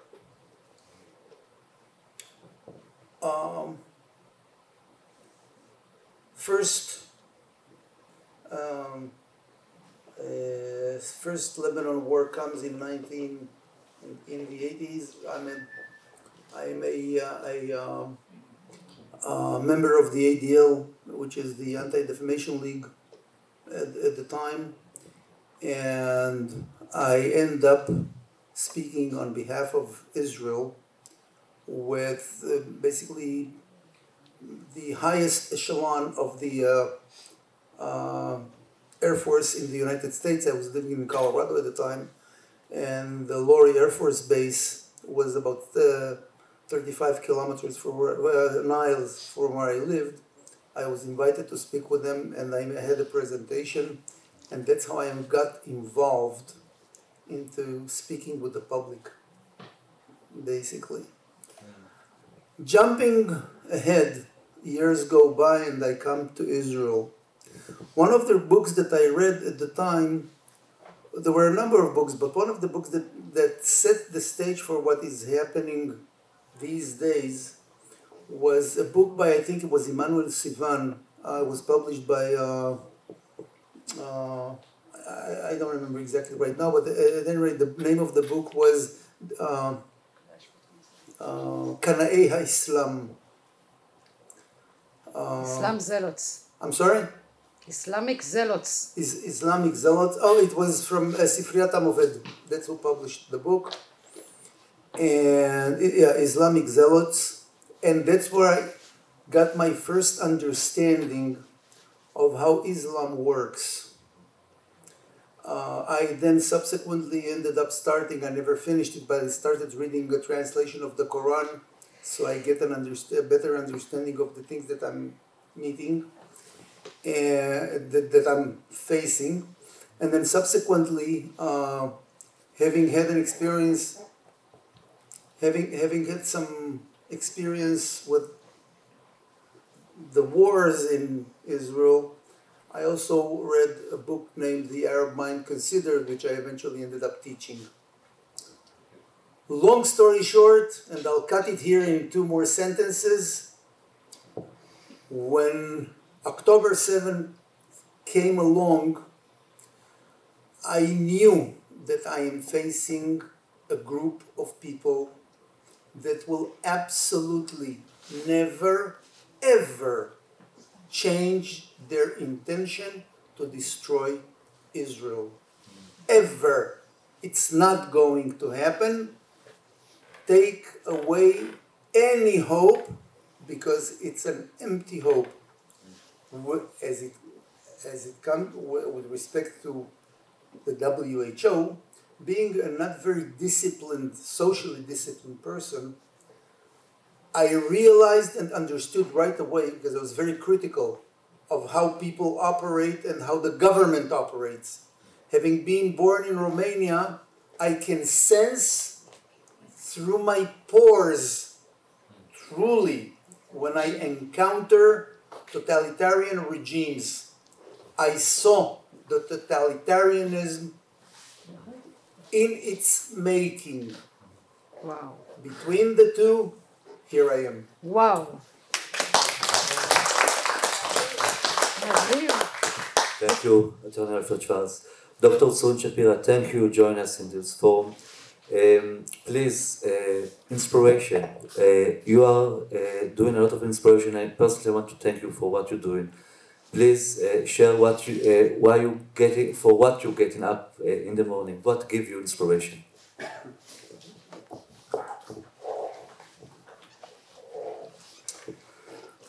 Well, that brings me to a saying of Mark Twain that he said, the two most important days in a human person are the day he was born and the day he discovers why. I was thinking of it in a different point, but eventually it all started like all of us. It was before that with all the manifestations against Bibi, and later on it was the corona that started. And then I sensed something is wrong with the numbers. So in March, 18 March 2020, I made my first Excel sheet. And I saw something was very fishy. Then I started to follow and to start to read, and plenty of things didn't seem to be connected. Didn't seem connected by logical line. And the only line connected all the strange dots was those that was later labeled as conspiracy theory. So I didn't go into conspiracy theory. I started to ask questions, and medicine is an art. It's not an exact science, it's an art. And since it deals with the sanctity of life, it is very appreciated. And I felt like things are strange, and while inquiring and researching, my ideas were shattered one after the other. And it was a humongous deception from the profession. It was disappointment. Actually, I was in kind of a crisis, a personal crisis, a professional crisis, because everything I knew, it wasn't true. On one side, we are taught to question things. On the other side, when I started asking questions about, in 2020, about all these illogical steps, I was told not to ask it too much, to take it for granted. So I understand that science was silenced. Yes. And from one thing to another, I started to go to follow the money, and it was like a rabbit hole. You go and you go and you go, and the more you go, the greater it is. And I got scared. I got scared because I have children. I have family, children. I got scared. And at that point, I understand that humanity is starting to lose humanity because it doesn't have God. Wow. And I joined to what Moshe Feigen said. It took me 6 decades to understand that. And that brought me to faith. Wow. So today I'm a believer. And excuse me. And from that point on, things changed. I started to dedicate myself to other things also. Of course, I was labeled as delusional, insane, mad, and all the compliments a person can get from his colleagues. But you know, after facing them and standing them with the help of God and faith in God, 2 years later, everybody recognized I was right. Do I really care? No, because there's only the maker that I care about. And that brought me basically from one struggle to another struggle. And like he said, we have children and we have to leave them a better world that at least as good as we received. So I joined different struggles and we met and here we are. But I would like to finish in a more optimistic way and to recall Golda Meir's saying that pessimism is a luxury a Jew cannot afford himself. Wow.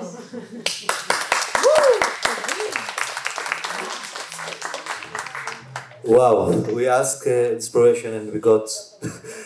Thank you. It's very important. It's very important to share about. You're not alone because to the committee, there's really a few doctors says we need to stay in the WHO, and there's a lot of professor and doctors and very awards winner and economists and very high level and hospital manager that says no, we need to get out of the WHO. Ungraded that share letters, signatures, standing papers. So you are not alone. There's a lot of doctors and that more and more understand how much it's complex. Just that you can do a lot of things by the name of health or by the name of society. But it's very important what sustainability, equity. Equity, yes. So thank you, Dr. Goldstein. Sergey, thank you. Hi everyone. So my name is Dr. Goldstein, and I'm a practicing orthopedic surgeon. I'm a guy with an electric saw and a drill, and I put all the shiny metal stuff, nails and screws inside people. So I'm also a member of Refuah L'Israel, which is a community of hundreds of physicians which advocate against politicization in the medical field and against political strikes under the leadership of the Israel Medical Association. And it was not long time ago when we established the collaboration with Israel עצמאית, Israel Independent Israel, with Yonatan Segev. And to tell the truth, I am not a man of vision, but I am a man of action. And Yonatan was my inspiration. He impressed me with his energy and commitment and deep knowledge of the issue. And you made me to allocate lots of hours to go through complicated legal documents of international health regulations and pandemic amendment and all the appendices and all the additional files, and just to study the issue, and eventually it's thanks to you that I get here. Woo! And to the parliament as well. I can say the same on Alfred. I learned to him about the complex, and on Philip and on REGGIE. Is my inspiration. So thank you for that. Today, during the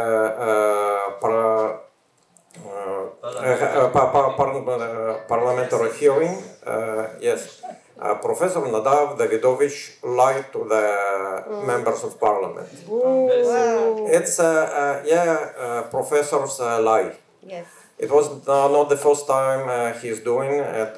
During the session today, I analyzed one of his articles and contradicted many of his findings in relation to international health regulations.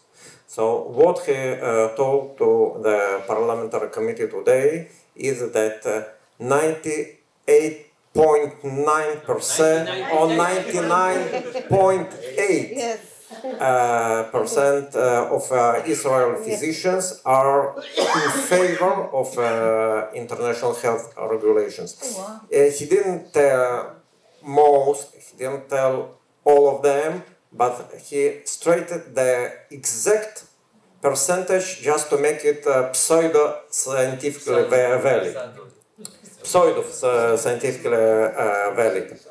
Okay, and unfortunately, most of Israeli physicians are not in favor and are not against. They are just unaware of these regulations. And this really both sad and dangerous, because usually we as practicing physicians, we concentrate upon patient treatment, whether in the community or in the hospital settings, emergency rooms and operation theaters. We just do our job day after day without thinking out of the box, mostly. And this issue of international health regulations and of this attempt of World Health Organization to infringe on our sovereignty is getting mostly unnoticed by the medical community. That's why it's so important to raise the awareness in the general public and also among medical professionals. Because these regulations will have a huge impact on our everyday work during the next pandemic or next global medical emergency, because according to these regulations, the sovereign states would be the developed states would be obliged, would be forced to waive at least 20% of their medical resources for the sake of developing countries, preferably in the region. And you all know what are the developing countries in the region, which are mostly the enemy countries. At least 20%, 10% for free, and 10% more with a significant discount. Okay, so this will rob our budget and our medical system of essential resources during the next medical crisis. So it's crucially important for the medical professionals to understand this, how this will impact our professional activity during the next medical emergency. And I had an interview to Radio 102 about a couple of hours ago. It will be transmitted on Wednesday. That medical professionals really should wake up and study the issue and take action and to resist. Because even before we are medical professionals, first of all, we are human beings. And in Passover Agadah, where every year we remind that we were slaves to the Pharaoh in Egypt, and now we are free people. And in order to remain free people and to keep our sovereignty, we need to act. Otherwise, it will be too late. Wow.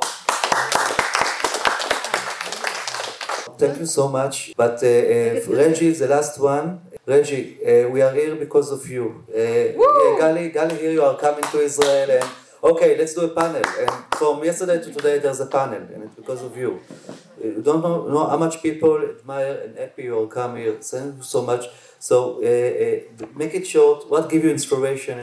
So what gives me inspiration? What gets me up out of bed in the morning? I mean, to tell you the truth, the thing that really I love getting up out of bed in the morning is going and reading my Bible. You know, that's how I get up almost every morning, unless I have some kind of an emergency on my hands. I get up and I try to read, 4 chapters a day. So I have 2 chapters in the Old Testament, 2 chapters in the New Testament, and just try to. I can feel like the Holy Spirit. I can just feel like some kind of a connection, just about every day. God blesses me with that, and just try to listen to Him. And to, as a Catholic, to His mother, Our Lady, and what they would like me to do that day, and try to do what they asked me to do, and what Yehotan asked me to do. How did you come from Yale to this? Okay, she asked me how did I come from Yale to this. Okay, that's going to require a little bit longer of an answer. So I am a graduate of Yale Law School. People are very surprised to hear that because Yale is very, very far to the left. And I'm also actually a graduate of Yale Divinity School. I have a master's in divinity. I was a Methodist minister for a couple of years. My husband was a Methodist minister for over 20 years and converted to the Catholic faith. He's now a Catholic priest. So I'm one of the very few women in the world who's legitimately married to a Catholic priest. So when I was at Yale, I loved Yale. I was completely a part of the community. I was very far to the left, just like everybody else. There was no conflict, no tension between me and the culture there at all. I completely embraced it. Then, a couple things happened. One thing that happened was that that Bill Clinton, who is a Yale Law School graduate also, gave China the most favored nation status, which I knew, and he delinked it from human rights in China. And I knew that human rights in China was going to tank after that, and it absolutely did. So that was like the first thing. But then, I was an attorney. I worked really ridiculously hard. Like the most all-nighters I ever pulled in a row was 10, I think. And then I found out that the Guinness Book of World Records at the time was 11. So I probably would have pushed it out another day or two if I'd known that. But I got really, really sick. I had to leave the practice of law on a medical leave of absence. And what happened is I had major surgery. And in that surgery, I got something called a MRSA, MRSA staph infection, which is a drug-resistant staph infection, and there was a long time there we didn't know whether I would live or whether I would die, and so I was like on federal disability for 5 years, and I just remember just going overnight from being like this high-powered attorney to being somebody who was flat on my back begging God to save my life. And I said to him, if I live, I would like you to make my life worth living. I would like to use all the energy I used to use as a lawyer and just representing big companies with a lot of money, but use it to advance your kingdom. And something I had done as an attorney, I think I mentioned to you before that I was I represented a couple of refugees in their cases for political asylum, women who were victims of forced abortion in China. And I said to God, please break my heart for whatever breaks your heart. And He broke my heart for the women and the babies of China, that I just could not get it out of my system, that at that very moment women were being dragged out of their homes and strapped down to tables and forcibly aborted at 9 months. And some of these abortions were so violent that the women died along with their full-term babies. So when I got better, I took all the skills I learned as a litigation lawyer and applied them towards advocating on behalf of the women and the babies of China. And in the process of that, I just feel like I read the Bible for the first time cover to cover. I had gone to seminary, but I never had to actually read the Bible cover to cover. So I read it cover to cover, and what I realized is that my life had been, I had thought I was an excellent Christian. I had gone to seminary. I was married to a minister. I had been a minister myself. I was not stealing it from anybody. I was not committing adultery. I was not committing murder. I was not doing any of the things that you thought were bad or that I thought were bad. So I thought that I was, an exemplary Christian. But when I read the Bible cover to cover from Genesis to Revelation, the first time what I realized is that my life actually was not pleasing to the Lord at all. And that in a lot of ways, it was based on idolatry. This is something that and what I mean by idolatry is anything that you hold ahead of God that's more important to you than God is an idol. And so I was, I was idolizing education, my own education. I was idolizing money. I was idolizing power. I was idolizing all kinds of stuff. And the Lord took all that stuff away from me. When I was sick, oh my gosh, did I lose money, power? And I didn't lose my education, but basically everything that I had been idolizing was taken away from me. So I was starting out from zero and having to build back up. So anyway, that's how so then this whole different, I grew up in a family that was very ambitious, so I had a lot of ambition, like personal ambition. That became replaced during that illness through, reading the Bible and all of that with just wanting to serve God in gratitude for sparing my life. So the first thing I did is I started saving, women from forced abortion and exposing that, saving baby girls, sex-selective abortion in China, abandoned widows. And then when COVID hit, what I saw, because of my experience with the Chinese Communist Party, and especially with this digital ID that I mentioned to you, I saw the China social credit system written all over it. And I was like, oh my gosh, this system that I have been fighting against in China is coming to the entire world through the World Health Organization, through the United Nations, etc. Boy, does that get you up out of in the morning, We've got to tell people, we got to, sound the alarm and organize people to stop this. Wow. That's it. Now I've got to go to sleep. Just as an anecdote, אני מניח שאני יכול לעבור לעברית.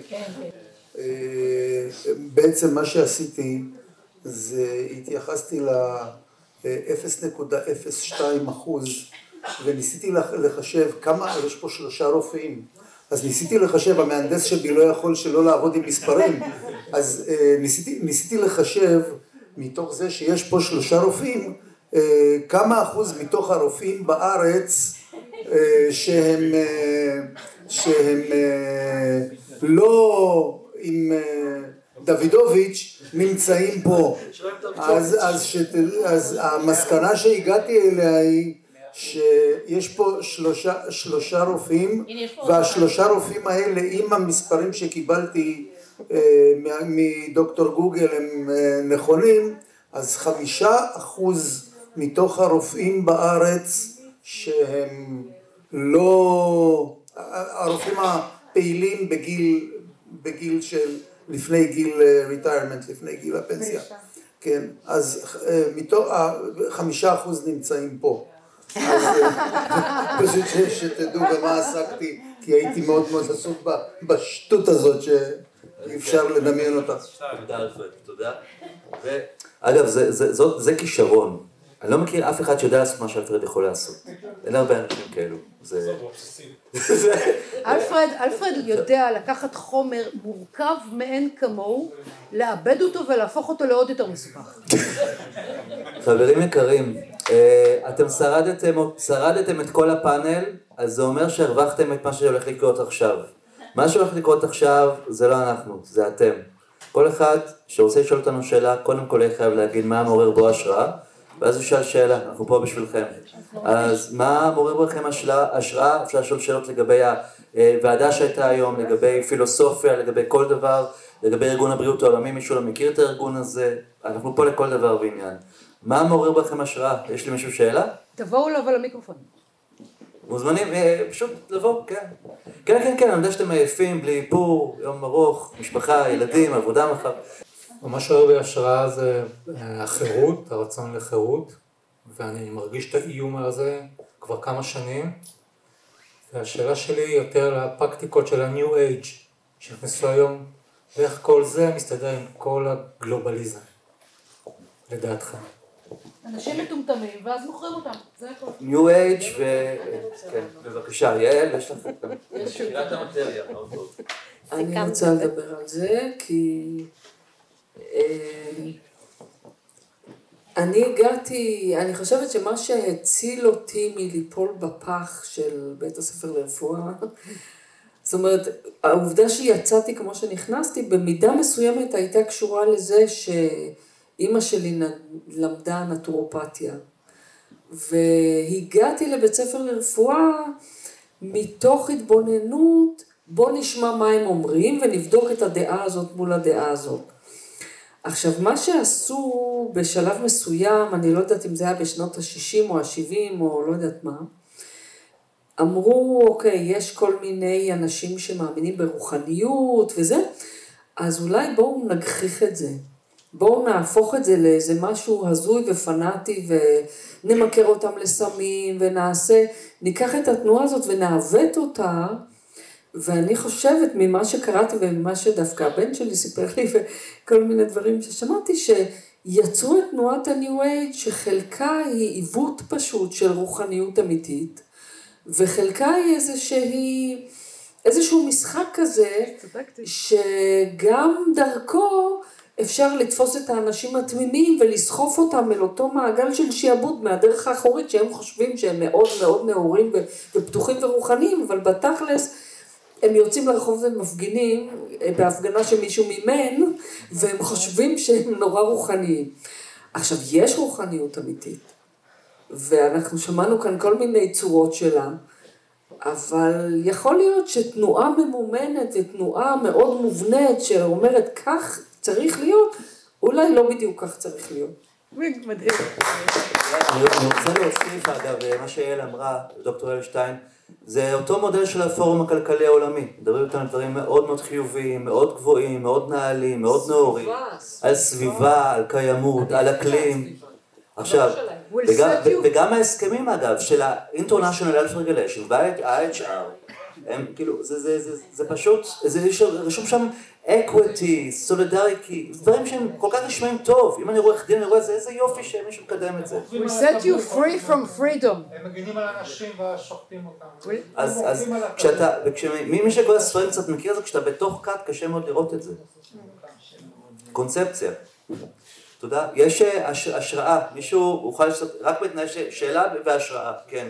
אלונה אלמן, תודה שהגעת פה. תגיד שם. אגב, אני רוצה, אם כבר באה לפה, אני רוצה להגיד תודה. כשכולם היו בצד אחד, היא הלכה למקום שבאמת ראתה את המציאות קצת אחרת, ועזרה להביא לאנשים אמת אמיתית, לא רק שלה, גם לעזור לאנשים אחרים לגלות את האמת שלהם בתקופה בלתי נתפסת. תודה לך, אלונה. בשביל מה מחיר? כל הכבוד, מחיאות כפיים. אני לא יכולה, כאילו, תגיד שתקשיב. אז אני אתחיל ואני אענה על השאלה שלך. קודם השראה, כן.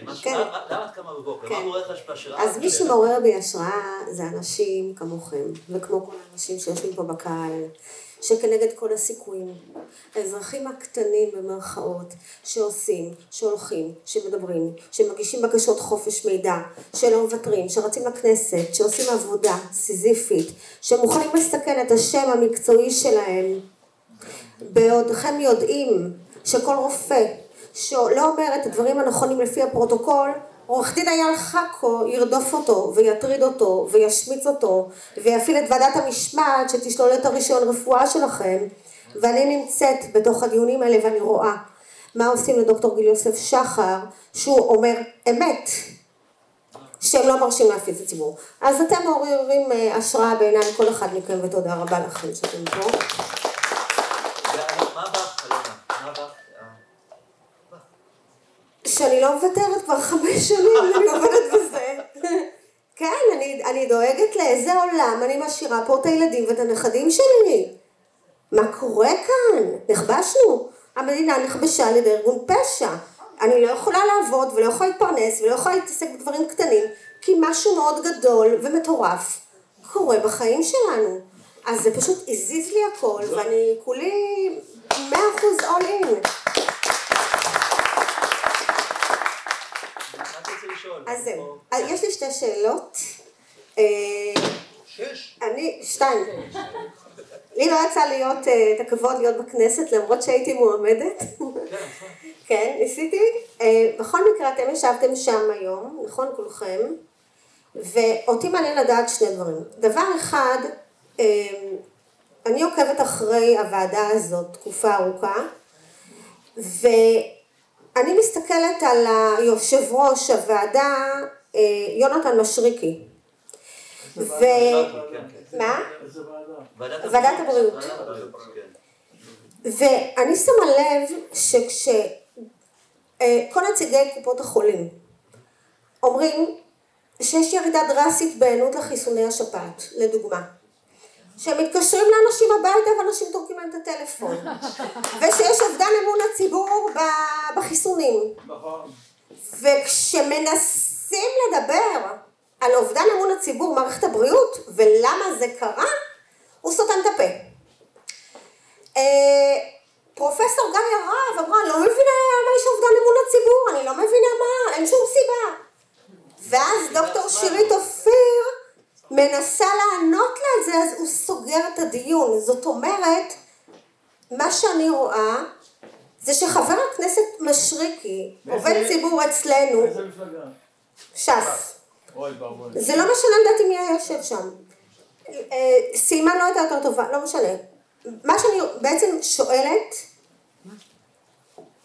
גם היום דרך אגב, שמתי לב, שולי דיבר, טק, תודה רבה, שלום, כאילו, יאללה, כאילו, כזה, השאלה שלי, בחוויה שלכם, האם הוועדה הזאת מכורה ויש לה אג'נדה, או שבאמת הם באים ממקום תמים לשמוע דעות שונות. זה ממש מעניין אותי לדעת, מאיזה מקום הם באים. זאת שאלה ראשונה. אני אשמח לענות, אני באמת, אני 71, היום זה הפעם ה-71, אני סופר כל פעם שאני מגיע לשם, פעמים בשנה וחצי האחרונות, כן, שנה שלפעמים שלמים, באמת אנחנו מלווים על ידי לוביסטית מקצועית, איידי מוזס, ובאמת בהתחלה, ממש, כן, זה, ואנחנו באמת, אני חייב להגיד גם לך וגם לכולם משהו, אנחנו לא יודעים להתמודד מול משהו שאנחנו לא יודעים. אנחנו ניזונים מטלוויזיה, משמועות, באמת, ובסופו של דבר, תחשבו רגע על בן אדם, תחשבו רגע, שימו את עצמכם במקום האנשים שנמצאים בפוליטיקה. ומניסיוני יש שם, בחוויה שלי, יש שם כאלה שהם לא איתנו. אני לא יודע מה הם ומי הם לא איתנו, יש כאלה שאני לא יודע מה הם עושים שם, יש שם כמה שבאו לעבוד, ובאמת אכפת להם. עכשיו, באמת, זאת אומרת, זה אנשים שגם לא הרבה שומעים עליהם, וכי שם 120, לא כולנו מכירים. וגם אני בהתחלה שבאתי לשם, לא כזה האמנתי, הייתי במקום כזה, גם אני איבדתי אמון. אני קורא חדשות, אני רואה טלוויזיה, אני כבר לא רואה, כי זה באמת עושה לי רע. אני אומר, טוב, נעשה דברים אחרים. רק כשהיידי אמרה לי, איידי אמרה לי, בוא לכנסת, אני כבר לא חשבתי, והיא באמת באה וראיתי את הדברים אחרת, כי פתאום, אתה רק רואה את הבן אדם שאתה רואה בחדשות, או שומע עליו, אתה פוגש אותו, ואתה מרגיש אותו. ותמיד כשפוגשים מישהו זה אחרת. כי אז גם אתה יכול להבין מצד אחד כמה הכל כל כך גרוע, אבל גם מה אפשר לעשות. וזה משהו מרתק. כי לקחתי גם כמה שבועות, יש פה אנשים שגם פעם ראשונה בכנסת הם בשוק. זה לשמוע על המקום הזה, פתאום להגיע לשם. עכשיו, אנשים שגם איבדו אמון במדינה לחלוטין, במערכות המדינה, ואנשים, ויש כאלה שאיבדו אמון בעצמם, וביכולות שלהם. עכשיו, להגיע לשם יש בזה משהו מאוד מרפא. גם, כי זה פתאום לבוא ולהתמודד מול הדבר שהכי לא רוצים להתמודד איתו. שזה יש בזה משהו. ועכשיו, מהניסיון שלי גם בהתחלה לא כל כך, לא כל כך האמנתי, לא כל כך שמה אפשר לעשות משהו.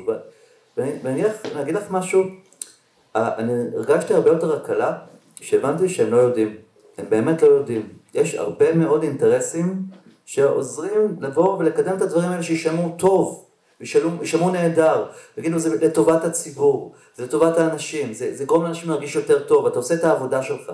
ויש שם כל מיני אינטרסים, ובהם לקדם, יש חלק מבהם לקדם את האינטרסים של המפלגה שלהם, כאלה שומעות, והרבה פעמים זה בדיוק זה, מקדמים בשם הבריאות, כל מיני דברים שלא כל כך קשורים לבריאות גם.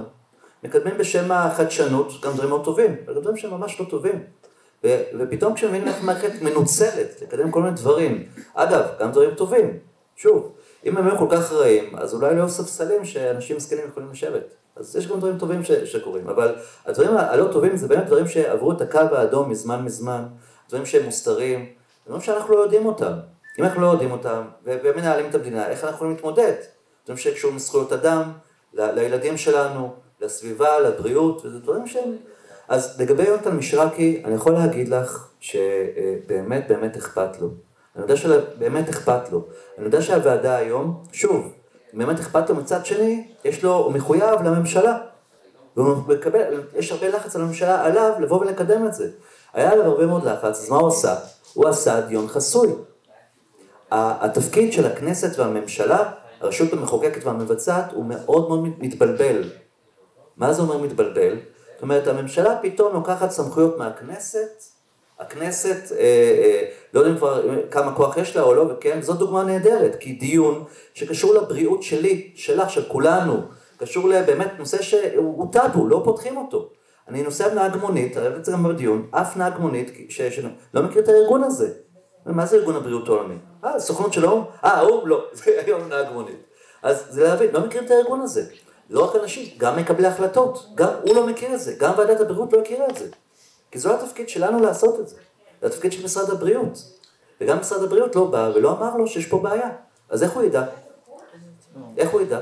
אז זה מאוד מעניין להבין את המורכבויות האלה. אתה עושה להם הנחות קצת. אני לא, רגע. אם אני יודע, ואני לא יושב בכנסת בוועדת הבריאות ומקבל, אז הם היו צריכים מזמן לדעת. זה שהם לא יודעים, זה לא בגלל שהם מטומטמים, זה גם בגלל שהם מושחתים. יש לך עסק גם עם מושחתים, אתה צריך להבין את זה בראייה הזאת. אז אתה לא מבין כמה נבין את הכעס ואת התסכול, כי גם אני הייתי שם. אני יכול להגיד לך משהו בצורה מאוד פשוטה, להבין איך זה בעצם עובד. כשהוא מקבל איזושהי, יש כל מיני דרכים, כן, שזה עובד, אבל כשהוא מקבל איזושהי... איזושהי שוחד. הנחיה מסוימת, ומחויבות מסוימת, ומשהו שיכול לקדם אותו ברמה כזאת או אחרת, אז הוא הולך למקום הזה, הם נמצאים במקום אחר, והיום בכנסת הייתי גם, בצורה הכי פתוחה, הייתי אמרה, יש 150 לוביסטים של חברות, תאגידים וארגונים בכנסת. עכשיו, האינטרסים שלהם זה לא סדר העדיפות, הזכויות האדם שלי ושלך, זה לא סדר העדיפות שלהם, סדר העדיפות שלהם מקדם את החברות, עכשיו גם דברים טובים יש שם, גם דברים שהם, בוא נגיד ככה, לא מפוקחים, לא מבוקרים, אז זה מאוד מעניין המערכת היחסים הזאת, בין הגופים בעלי עניין, לבין הלוביסטים, משרדי הממשלה, שגם כל הנושא של משרדי הממשלה עלה עכשיו לכותרות, מה הולך שם, גם בארצות הברית, פתאום יש שם ניקוי אורוות מאוד מאוד גדול, זה מאוד מעניין, אז זה בעצם, ומה שקרה בוועדה היום בקיצור, זה לא קשור רק אלינו, וזה מקום גם לפרגן להם. זה נבחרי ציבור, לא מהאופוזיציה, מהקואליציה, שהם באים לביקורת בתוך הקואליציה למשהו שקורה בממשלה. מי? תן להם שבת. יש את חבר הכנסת אריאל קלנר, למשל, שהנושא של ריבונות מאוד חשוב לו. הוא טוב. יש את חברת הכנסת לימור סון הר מלך שנאבקה, לימור סון הר מלך, אני בכלל גר בבית משמאל. פתאום כשהייתי את לימור סון הר מלך, אני לא ידעתי, זאת אומרת, עלו לי דמעות כשהבנתי כמה אכפת לה. להבין ממש איך תמתמו לנו את הראש. שוב, יש אנשים טובים, גם בימין, גם בשמאל, יש גם, אבל צריך לזהות את האנשים שבאמת אכפת להם. עכשיו, לגבי לימור סון הר מלך, באמת, משהו מאוד מאוד חשוב עליה, רצו לעשות את הוועדה חסויה. נתנו ליונתן מישרקי, אמרו לו, אתה עושה ועדה חסויה, והוא קיבל החלטה, ההחלטה היא רק שלו. והיא באה ודיברה איתו על זה, היא אפילו נלחמה על זה, היא נלחמה מאוד קשה על הוועדה הזאת, באותה שנה. והדבר שאפשר להגיד זה שהוא יכול לבחור שלא לעשות אותה חסויה, הוא בחר שכן לעשות אותה חסויה. כי אם הייתה חסויה, הנושא הזה לא היה לסדר היום. גלויה וגם חסויה. הוועדה הראשונה הייתה גלויה לחלוטין. והוא נתן גם מקום לכולם להביא, זה פעם ראשונה שמשהו כזה קורה. זה לא קרה באף ועדת בריאות אחרת. הוועדה הראשונה של ארגון הבריאות, הנושא ארגון הבריאות העולמי וועדת הבריאות, הייתה לצאת מארגון הבריאות העולמי.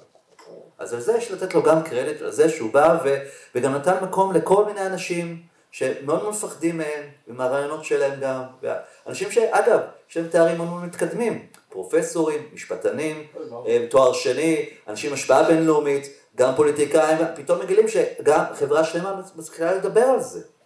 וזה בזכות יושב ראש הוועדה, שהוא בא ובאמת רואה את המורכבויות, ושוב, הם נמצאים בהרבה מאוד לחץ, וזה מורכב מאוד, ויש, ואחד הדברים הטובים, כשבן אדם מבין מה הכוח הפנימי שלו, מה הסמכות שלו, זה לא משנה אם הוא איש מהיישוב, פוליטיקאי, אז הכוח הפנימי הזה שלו עוזר לו להבין מה סדר העדיפות, וסדר העדיפות זה באמת משהו שהוא משותף לכולם, לדעתי, שזה מעבר למפלגות, שזה מעבר לרעיונות, זה מעבר לאג'נדות, זה ממש להבין איזה חיים של well-being אנחנו יכולים לחיות פה, חיים כן, זה לדעתי המהות. אני רוצה להגיד משהו, יש לי הרצאה שנקראת תפיסת הבריאות בראי התודעה, והיא מסכמת התבוננות של 15 שנה, 15 שנה ראשונות התבוננתי ו15 שנה ראשונות אני מסכמת. ומה שהבנתי זה שתפיסות חברתיות של תרבות המערב, הן אלה שקובעות הרבה מאוד מהדברים האלה. גם בתואר בבריאות הציבור למדנו למשל, איך הרופאים הגיעו למעמד הזה. זה הכל פוליטיקה, הרי הם שילמו, הם היו העוזרים של המלכים, והם דאגו לזה שנגיד הומאופתיה תהיה מתחת לשטיח, ורפואה קונבנציונלית תהיה קונבנציונלית. או איך קרה שהפרוטוקולים, הקוריקולום של הלימוד בכל בתי הספר לרפואה בארצות הברית הם אותו דבר.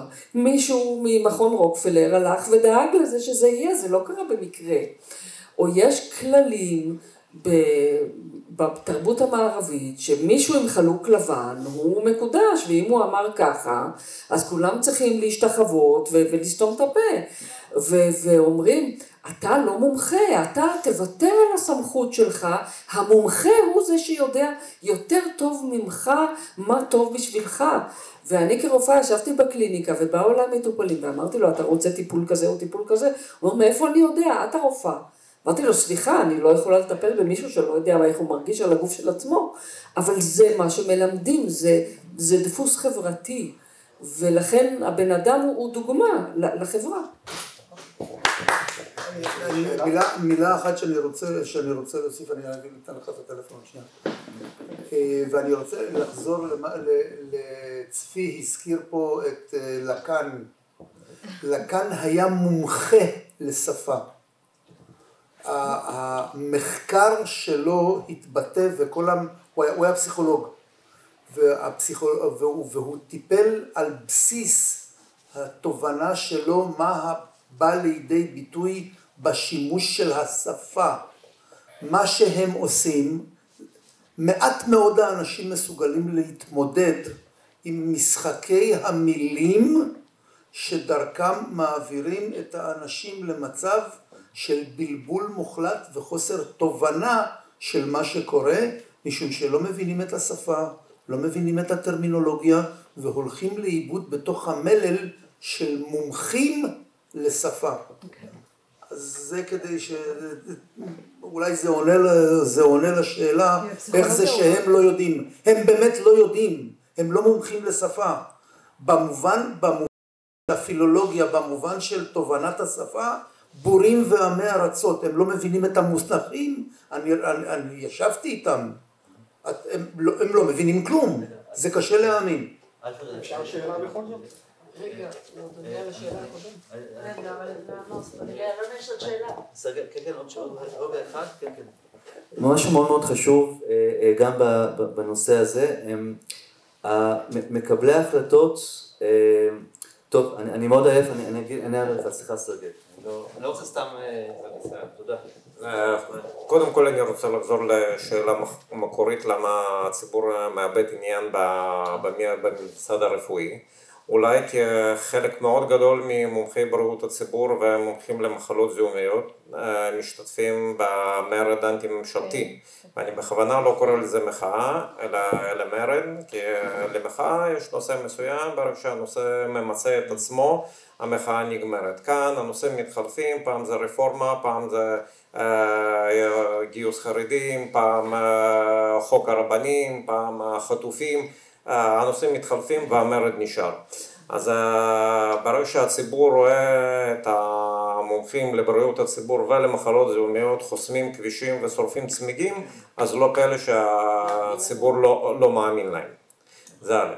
ודבר שני, יונתן הזכיר כאן את חברי הכנסת היקרים, גם לימור סון הר מלך מעוצמה יהודית וגם אריאל קלנר מהליכוד, שהם באמת משקיעים ומקדמים את הנושא, אבל הם מתרכזים בדברים שיותר קל ליצור הד ציבורי. הם מדגישים את העניין שארגון בריאות עולמי הוא ארגון אנטישמי, זה ארגון שמאשים את צה"ל בפשעי מלחמה, בהרס מכוון של מתקנים רפואיים בעזה, בהרג מכוון של העזתים.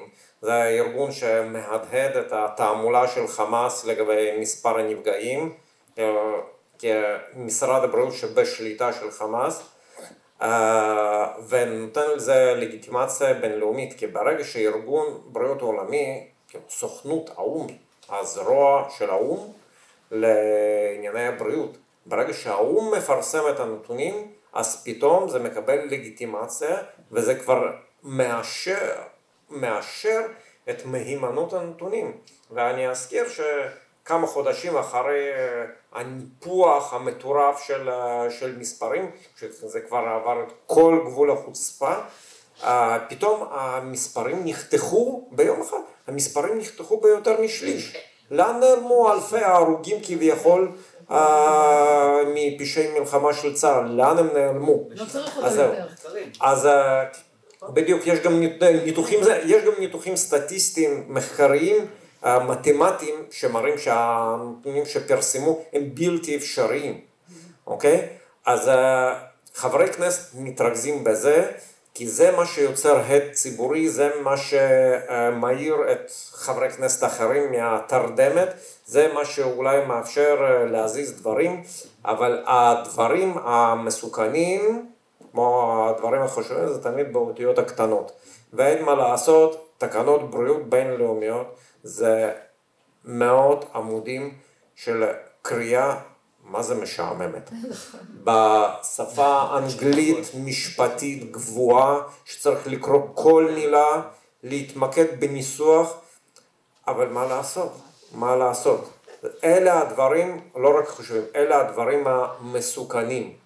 כי עם אנטישמיות אנחנו נדע להתמודד, אבל ברגע שישללו לנו את הריבונות, וברגע שיבנו את המסגרת החוקית שהיא מעל החוקים הלאומיים, אז זאת סכנה גדולה. זה דרך אגב לא נרשם במפורש בתקנות, אבל מצאתי במסגרת העבודה המשותפת, מצאתי תזכיר של ארגון בריאות של האיחוד האירופי מנובמבר 24, ושם זה רשום ממש שחור על גבי PDF, שתקנות בריאות הם ה-overarching framework, זאת אומרת זה רשת שהיא על חוקי, זה כמו כיפה מעל החוקים הלאומיים. זאת אומרת, אם למישהו היה ספק מה הכוונה, וזה מופיע, צריך, ומאוד קשה לחפש, אבל אם המתמידים יודעים. אז הנושאים האלה, הנושאים הביורוקרטיים האלה כביכול, הם פחות מייצרים כותרות, אבל אלה הדברים המסוכנים, ואני חושב שלרוב חברי הכנסת לא מודעים לזה, זה לא בא מרוע, או מאיזושהי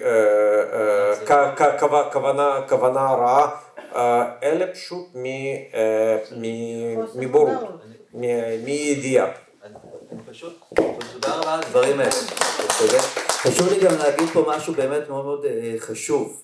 שימו לב שהנדסת התודעה על חברי הכנסת, מה זה אומר? אם כרגע חברי הכנסת הם היחידים שיכולים לייצג אותנו, יכולים לבוא ולעשות שינויים, כי הם הרגולטור, אם הם לא יעשו את זה, מי יעשה את זה? אף אחד. ואם כרגע כל הציבור מאבד עניין בחברי הכנסת, מה זה אומר? זה אומר שמישהו אחר יכול להשתמש בחברי הכנסת. ואם כרגע אף אחד לא מאמין, לא בדמוקרטיה, לא בימין, לא בשמאל, זאת הדרך של מישהו אחר לבוא ולהגדיר מחדש מי אנחנו. אם אנחנו נותנים להם את הכוח, מישהו אחר ידאג לעשות את זה. ולכן זה משהו מאוד מאוד חשוב שלא מדברים עליו. כי באמת יש שם חברי כנסת ששוב, אני דעתי הם לא איתנו. יש שם חברי כנסת שאין לי מושג מה הם עושים שם. יש כאלה שבאו לעבוד. וכל אחד, יש שם חברי כנסת שפתאום מגלים את עצמם. טוב כדי, כל אחד עובר תהליך, כל אחד עובר שמסע וזה. וזה באמת, בסופו של דבר זה ממש בין אדם לאדם. ממש דרך ערכים. כי אריאל קלנר מזהה את הנושא של הריבונות, לימור את הנושא של האנטישמיות, את הפרו-פלסטינות של הארגון. יש שם מישהו אחר שהנושא של הדמוקרטיה חשוב לו, מישהו אחר שהזכויות של האדם חשוב לו, מישהו אחר את הנושא של, כמו רוטמן, את החוק חוקה ומשפט, בא להבין רגע את המהות של הדברים. וזה היופי, כי לבוא וכל אחד בא ומעלה את מה שמפריע לו, לא איזשהו, כולנו ביחד ננצח. לא, כל אחד בא ומביא משהו אחר. וזה הכיוון לדעתי יותר עצוב. איציק, לך לשם, לך שב שם. לא יושב. אוקיי, אני איציק, אני קם בבוקר, במקרה יש לי חברה למכשור רפואי, ואני קם בבוקר כל יום מתוך תקווה לפתור, בוא נגיד, אני בטוח שאני אפתור כמה בעיות לא קלות שיש לאנשים, ואני קם כל בוקר בתקווה שזה יפרוץ ולתפארת מדינת ישראל. ולתפארתי כמובן. בהצלחה. תודה. מה שרציתי לשאול, האם אתם מרגישים, אין לי ספק שלחברי הכנסת לרובם אין מושג מה הם עושים שם ולמה, אבל הם נכנסו לוועדת הבריאות כי לא נותנים להם להגיע לוועדת חוץ וביטחון. עכשיו בינתיים הם צריכים לעשות את העבודה שלהם ואני בטוח שיש להם לרובם רצון טוב. השאלה, מי שבא אליהם מהצד השני, האנשים שכן אמורים לדעת ולהבין, הפקידים של משרד הבריאות וכל ראשי הארגוני בריאות הציבור והשד יודע מה. האם הם באים מתוך רצון טוב ומתוך ערכים נעלים, או שאתם מרגישים שהמטרה שלהם לנצל את המחויבויות בינלאומיות שהם היו רוצים שישראל תחתום עליהם, כדי לחזק את השליטה שלהם באזרח, ובעצם בשיטה, ככל פקידות בעולם, להגיע למצב שהיא תשלוט באזרח. קלעת בול. תודה רבה, זאת שאלה מעולה. ונחזור קודם לשאלה שדיברו על קאט, לדעתי. כי זה ממש, כשנמצאים בתוך זה קשה לראות את זה. גם הרופאים, אם יבוא עכשיו פרופסור, שיבוא וידבר על דברים כל כך יפים וטובים ונעלי ויעשה דברים שהם לא כל כך כאלה, השאר יהיו יותר, כמו להתחבר לרעיונות היפים והטובים. אותו דבר גם פה יש גם רג'י דיברה על זה קודם, על ה-Global Young Leaders, איזשהו שיעורים בפורום הכלכלי העולמי, שאומרים איך להיות הכי טובים, איך לדאוג לסביבה, לבריאות, ממש, גם אג'נדה אגב 2030, שנשמע מאוד טוב, רעיונות מאוד נעלים, 17 יעדים, כל יעד יש לו חינוך, בריאות, סביבה. עכשיו, לדעתי, זה לדעתי, שוב, כי כל מקרה לגופו, יש שם כמה מערכות, כל מערכת פועלת במקום אחר, יש שם אינטרסים שונים, אין לי ספק בוא נגיד לך, מלהרגיש את האנשים, לא נראה שזה אנשים אתה יודע, סדר עדיפות שלהם. כן, אתה רואה אותם, אתה מרגיש אותם. כי אתה יודע שאם הנושא של זכויות אדם חשוב להם, ואם אתה יודע שהתקנות האלה מפריעות להם, הם היו באים ולא היינו עושים את זה, הם היו עושים את זה. הם בעצמם היו עושים, הם מזהים את הבעיה ועושים את זה. אם לא הם, היו נותנים למישהו שמבין יותר מהם, יש שם נושאים שנוגע לריבונות. איך רופא, יש לו מספיק ידע להבין מה זה ריבונות? איך רופא יכול להבין מה זה קשור לביטחון? לנושא ביטחון, לנושא כלכלה. כמו שופט. זה לא התחום שלהם. הם אנשי מזכירות. הם חיים במזכירות. ואז אומרים להם, תעשו את זה, תעשו את זה, תעשו את זה. אומרים, זאת האמת. אז הם מאמינים. אם מישהו נמצא במספיק מקום, אומרים לו, זאת האמת, זאת האמת, זאת האמת. בסוף הוא יאמין לזה. כן? עכשיו, בטוח שיש דברים שהוא יותר יתחבר אליהם ופחות יתחבר אליהם. אבל אדם יהיה מחויב לאמת, לקו המנחה. ואנחנו חיים בחברה שאחת הבעיות לדעתי שאנשים פחות חושבים, הם יותר חושבים הם צרכני מידע, צרכני סביבה. והם לא, כשהמקום האינדיבידואלי לא נמצא, יותר קל לקדם דברים שיותר נוחים לקדם. לצערי הרב אני רוצה להגיד לך שיש אנשים שהכיסא שם יותר חשוב להם מהאינטרסים של המדינה והאזרחים. וזה מה שמדאיג אותי. מדאיג אותי שיש שם אנשים שלשמור על הכיסא שלהם ועל אזור הנוחות ואיך שדברים נראים כרגע, יותר חשוב להם מאשר ללכת כמה צעדים אחורה, מאשר להזמין אותנו. אנחנו כבר 3 שנים פועלים בנושא הזה.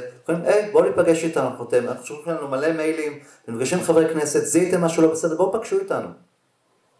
הם יכולו לעשות את זה, זאת האחריות שלהם, זה התפקיד שלהם. מקווה שעניתי לשאלה. או שאתה רוצה שלדייק את זה? היית ערפילי. אז לא, תהיי, אני רוצה לתת לך את התשובה. מה? פקידי משרד הבריאות רוצים עוד כוח? הם רוצים עוד שוחד. עכשיו, קודם כל יש דברים שהם אינדיבידואליים מן הסתם, אבל אני רוצה להדגים לך עד כמה הם בורים ועמי ארצות, כי הם לא רוצים לחשוב. מייחסים לאיינשטיין אמירה שמה שחשוב זה להבין ולא לדעת. ישבנו בישיבה של ועדת הבריאות, הייתה שם דוקטור אהרונה פרידמן. היא לא התבלבלה מלומר, ולא הייתה לה שום בעיה לומר, שאנחנו במדינת ישראל לא מחליטים. לא מדינת ישראל מחליטה, יש לי את ההקלטה על המחשב, מדינת ישראל לא מחליטה מה יהיו החיסונים לשפעת של השנה. מי מחליט? ארגון הבריאות העולמי. ועדת מומחים. עכשיו, הוועדה הזאת מתכנסת מי יודע איפה, פעמיים בשנה, ומחליטה בפברואר על מה יהיה באוקטובר. וזה לא מפריע לה, זה מובן לה. וכששאלו שם, ומה היעילות של החיסון הזה, ענה חברה לעבודה שהוא אחראי על נושא החיסונים בארץ, דוקטור או פרופסור או לא זוכר מה. זוהר. זה, סליחה? זוהר משהו. כן, בלי להתבלבל ובלי שתהיה לו שום בעיה. בערך 50%. אז בוא נזרוק מטבע, למה אני צריך בכלל את משרד הבריאות. וזה כנראה 50% מאלה שמקבלים את הזריקות. זאת אומרת, ואתה שואל, הם מסרבים לחשוב. הדבר הכי קשה שאנחנו מנסים לעשות, זה להביא אותם לחשוב. ומכאן נובעות צרות בלי סוף. הבעיה היא שזה לא רק סירוב לחשוב כפי שאתה חושב, אלא זה קודם כל שחיתות מובנית באישיות ובתודעה שהיא מונעת מהם לחשוב. זה לא שאילו אם היית מוציא את הגוש השחור הזה של השחיתות מתוך התודעה שלהם, פתאום הם היו מגלים שקל להם נורא לחשוב. כי הדברים הם מאוד פשוטים. זה לא מדויק. יכולת חשיבה ונטייה לחשיבה היא לא דבר שהוא לא בהכרח בא משחיתות. היא לא מסוגלת. היא לא מסוגלת. לא עולה בדעתה. רופאים לא חושבים. זה מקצוע שמושך אליו אנשים שרוצים לדעת ומשקיעים 20 שנה בלדעת ולא בשביל לחשוב. הם לומדים המון דברים ובסוף אין להם מושג מה החיים שלהם. אני מכיר יותר מדי רופאים. לא לעשות הכללות. יש לי... זה לא כל הרופאים, 99%. יש לי תשובה... כן, האחוז הנוסף. רגע, בואו נעשה משהו, זה לא עניין של קיצון, שוב שים לב, זה לא קיצון, לא מושחתים וזהו. זאת גם הנדסת תודעה. יש שם גם רשלנות, יש שם גם אדישות. זה גם נתונים, גם אנחנו בסוף יום, פחות, אז שוב, אני לא בא לעודד איזה אף אחד, אני כן בא לפרגן לכל מי שבא ובאמת עושה... אני רוצה להגיד לכם, מיקרופון. בעוונותיי, עוד תחום שלמדתי ויש לי תואר, זה לא תואר אקדמי ממשי, הוא לא מוכר כאקדמי, 4 שנים בפילוסופיה ורפואה סינית, אוקיי? לך היום לרופא, או למטפל בתחום הרפואה הסינית, ותשב ותראה איך הוא לוקח ממך פרטים של סימפטומים, של דיאגנוזה, של אנמנזה, של אתיולוגיה. אתה תראה שהוא שואל, מתעניין. תבוא היום לרופא שיצא דרך המערכת, הוא לא רוצה לשמוע אותך בכלל. לך תעשה איזה צילום, חוץ מהצילום הוא לא רואה כלום. הם לא רוצים לחשוב. הוא לא מוכן, אם חייו היו תלויים בזה, הוא לא היה מוכן לחשוב. לזה אני קורא שחיתות מחשבתית. המוח מושחת על ידי זה שהוא בלם את עצמו ויכולת לחשוב. כלומר זה משהו דינמי, זה לא משהו פסיבי. זה משהו אקטיבי שמונע מהאדם לחשוב. אני קורא לזה שחיתות מחשבתית. יש לי תשובה משלימה לתשובה של יונתן, והתשובה היא ג'ובים. תקשיב, הארגון בריאות עולמי לא עוסק ברפואה, הוא עוסק במדיניות הבריאות. לכן מומחי בריאות הציבור, אנשי בריאות הציבור שלנו, הם בהרבה מקרים, הם בעצם נמצאים באותו שדה מקצועי, ולכן יש להם בהרבה מקרים תפקידים מקבילים בו זמנית או לסירוגין גם במסגרת W.H.O. בדיוק כמו למשל אותו נדב דוידוביץ' ששיקר בוועדת הכנסת, הוא חבר בארגון אירופאי של בתי ספר למקצועות בריאות, חבר פעיל כרגע.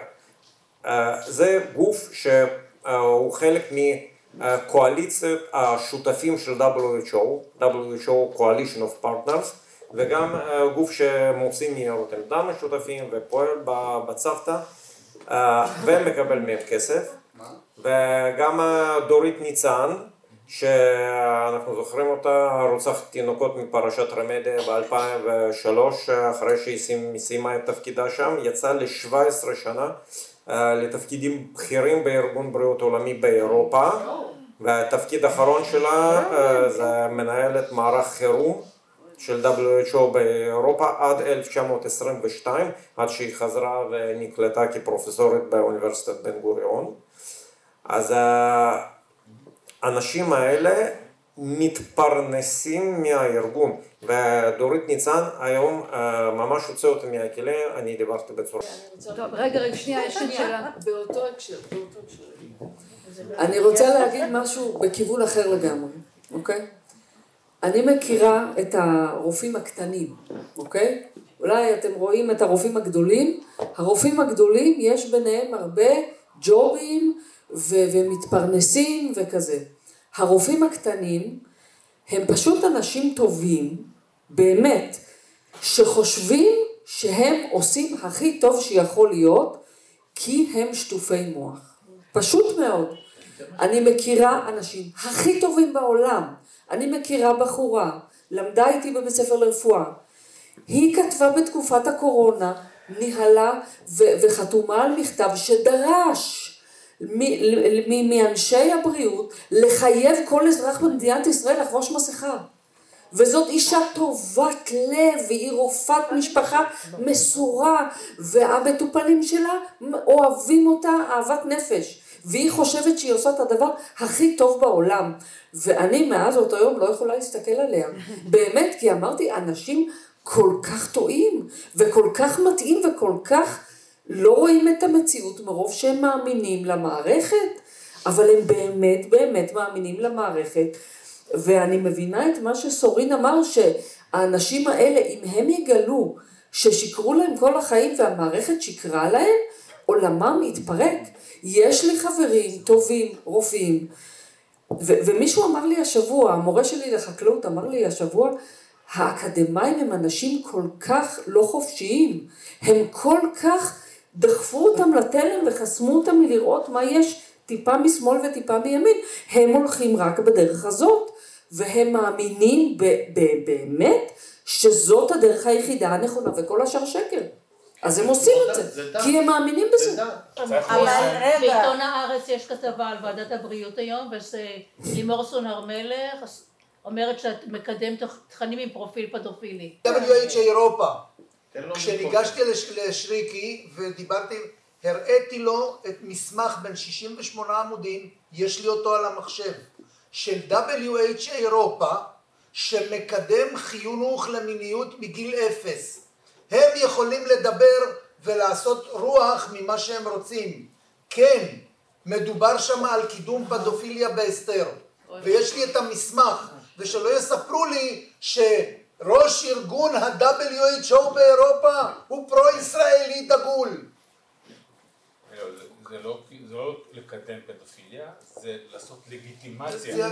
נכון, הוא לא מקדם, הוא נותן לזה לגיטימציה.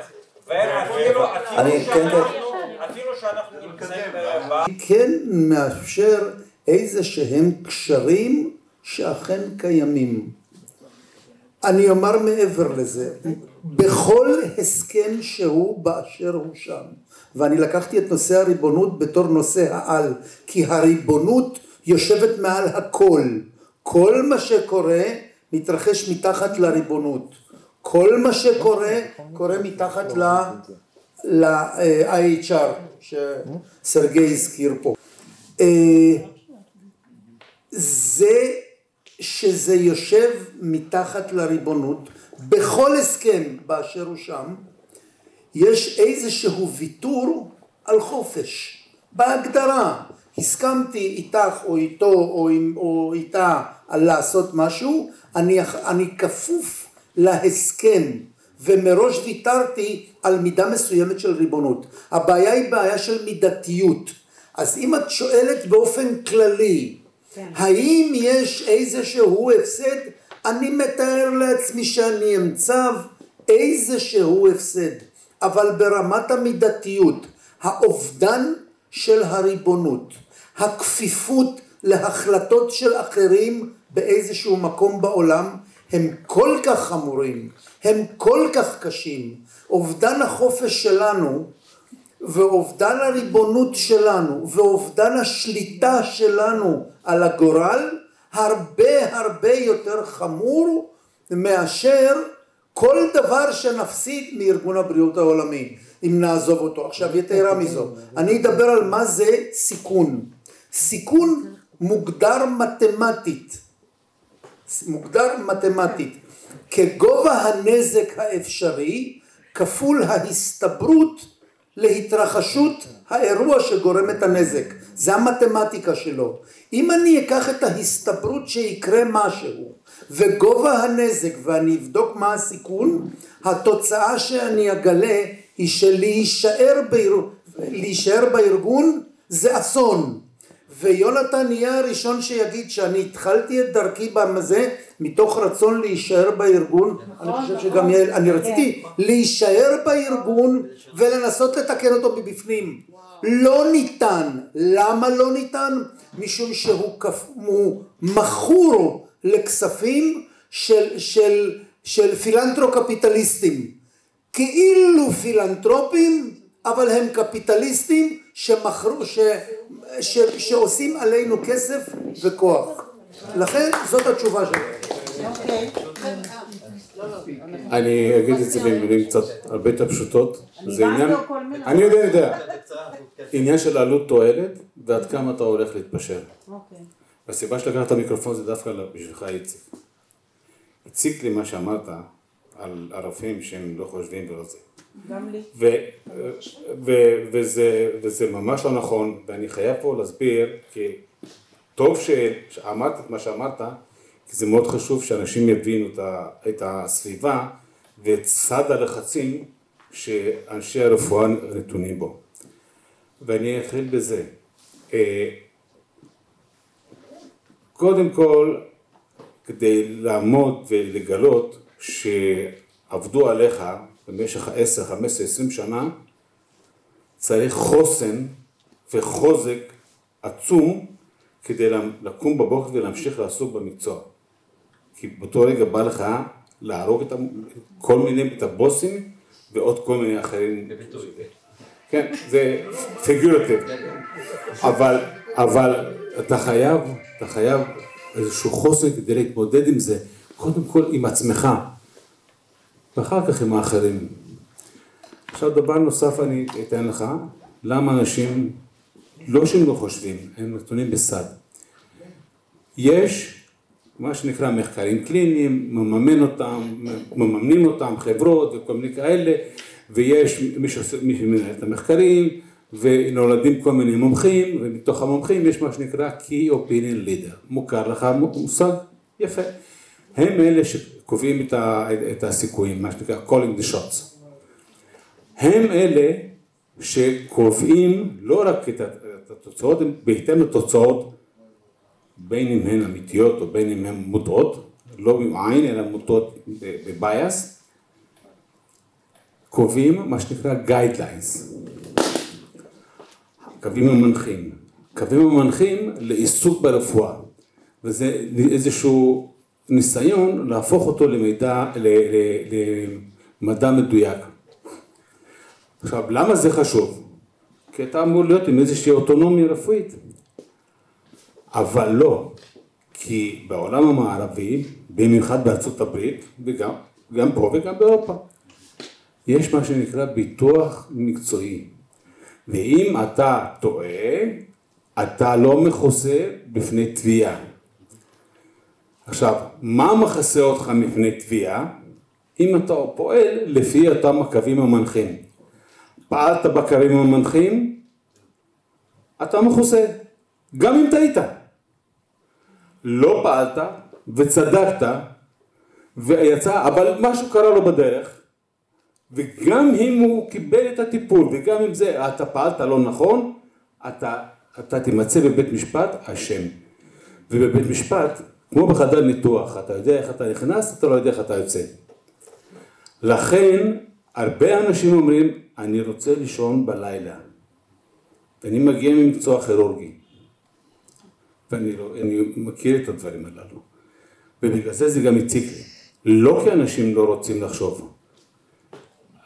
אתה יכול להגיד ואתה יכול לשתף אותם, אבל אתה יודע, בסוף אתה צריך לדעת את הקווים המנחים. עניתי לך? עניתי לכם? תודה סורין, אתה ממש אמרת דברים מדויקים, ואני רוצה להוסיף על זה רק משפט, שאני באתי בהרדמה, בחדר לידה, כשיש מצב חירום, אין זמן לחשוב, יש פרוטוקולים, ומי שפועל לפי הפרוטוקול, אז הוא מספיק להציל את הבן אדם, או את האישה שמדממת בניתוח הקיסרי לפני שהתינוק מת. אז יש את הסמכות, אז יש הערצה גדולה בקרב אנשי המקצוע לסמכות הזאת שקבעה את הגיידליינס שמאפשרים במצב החירום לפעול בלי צורך לחשוב ולהתלבט ולפעול כאוטומט. זאת אומרת, יש מצבי חירום שבהם זה נדרש. הבעיה היא שזה הופכת לנורמה, ואז לא חושבים בכלל גם בזמן שיש זמן, ופועלים כמו זומבים תמיד. ואז יש בעיה. אני מעביר, לפני שאני מעביר לגלי, אני רוצה להגיד משהו, שאני פתאום מבין משהו. אני לא יודע איפה הייתי באירוע שרופאים דיברו ככה, או שמשפטנים דיברו ככה, או שאנשים שבאו במיוחד, איזה 17 שעות לפה, איזה 3 דיברו ככה, ואיך קהל דיבר ככה. רציתי להגיד תודה לך גלי על זה, כי צריך לזה תנאים. כי בלי תנאים זה יכול להתקיים, אז תודה לך על זה.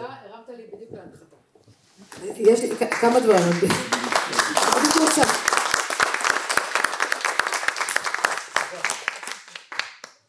אני בדיוק רוצה להעיר על זה, אבל קודם כל רק מילה אחת.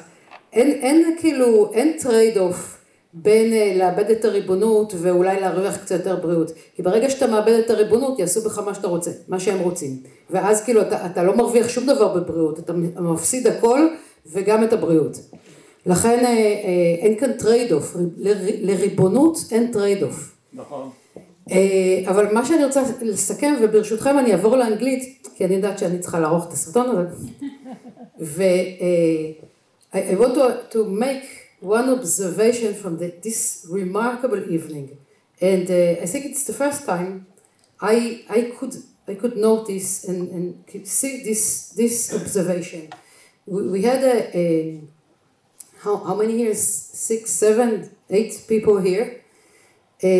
All are different. Some are lawyers, some are doctors, some are activist geniuses, and like Jonathan.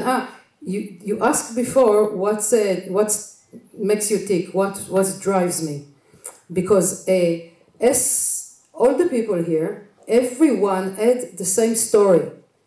He's been doing his own things. He's professional, very ambitious, striving for success, being a conformist, and then something happened. Some personal experience or something that he noticed that there's a fraction in the fabric of reality, or realized that he's been lied to. And actually, most of the people, during their time, they notice that they've been lied to. But most of the time, they just ignore it. And those special people, each and every one of them, has, in this junction, has decided to choose the way of the truth, the way of being loyal to himself against all odds, lost everything lost everything or a lot of things that he worked for, or divert like you did. You left your whole career. You left your career in a what is it? Publishing, advertisement. And 5 years of your life you just dedicate to this crazy thing, fighting for the WHO. And also me, I was for 50 years of my life, I was living only for myself. I thought of the world as the amusing park for me to enjoy myself, me and my children. Okay, but I was living just for myself. Nothing. I never had the call. Nothing called me. But all of a sudden I become kind of an activist. I left everything. I dropped my I lost all my parnasa. Means of yes, and I'm doing Forum Cafe Shapira, and I asked myself for a very long time. I was trying to understand what are driving me now. I'm just this week I had my son married. So I've got children here, and I'm going hopefully to have grandchildren, but it's not for them, and I'm not working for them, and I love Israel very much, but I don't dedicate every second of my life for Israel. I love the society, I love Jews, I want a good future. I don't work for that. What really makes me tick is my passionate hate for stupidity. And I'm just feeling that's the fire that burns in me. Now I see stupidity or laziness or conformism or brainwash, and I just cannot let it go. So among all the great things that found meaning in their life, they found God. Unfortunately, I'm much lesser than you, but it makes me tick. So thank you very, very much.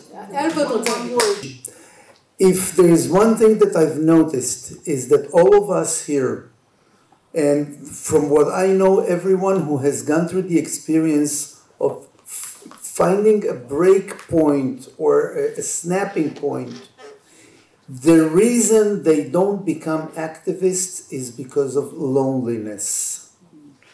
You experience something and you're alone.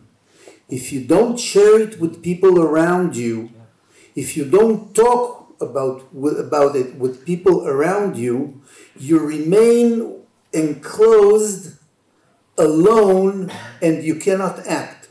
Once you open up, you start talking to people, you discover that there are more people like you, and you find the people to walk along the way. So this is, in my opinion, what makes us actually here.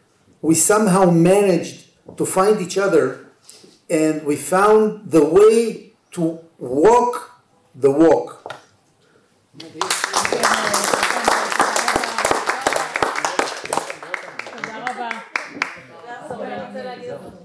There is an African saying, I don't know who said that, but it goes like that. If you want to go fast, go alone. If you want to go far, go together. המשפט שלי לסיום זה אלפרד, אתה לא לבד. תגיע רחוק.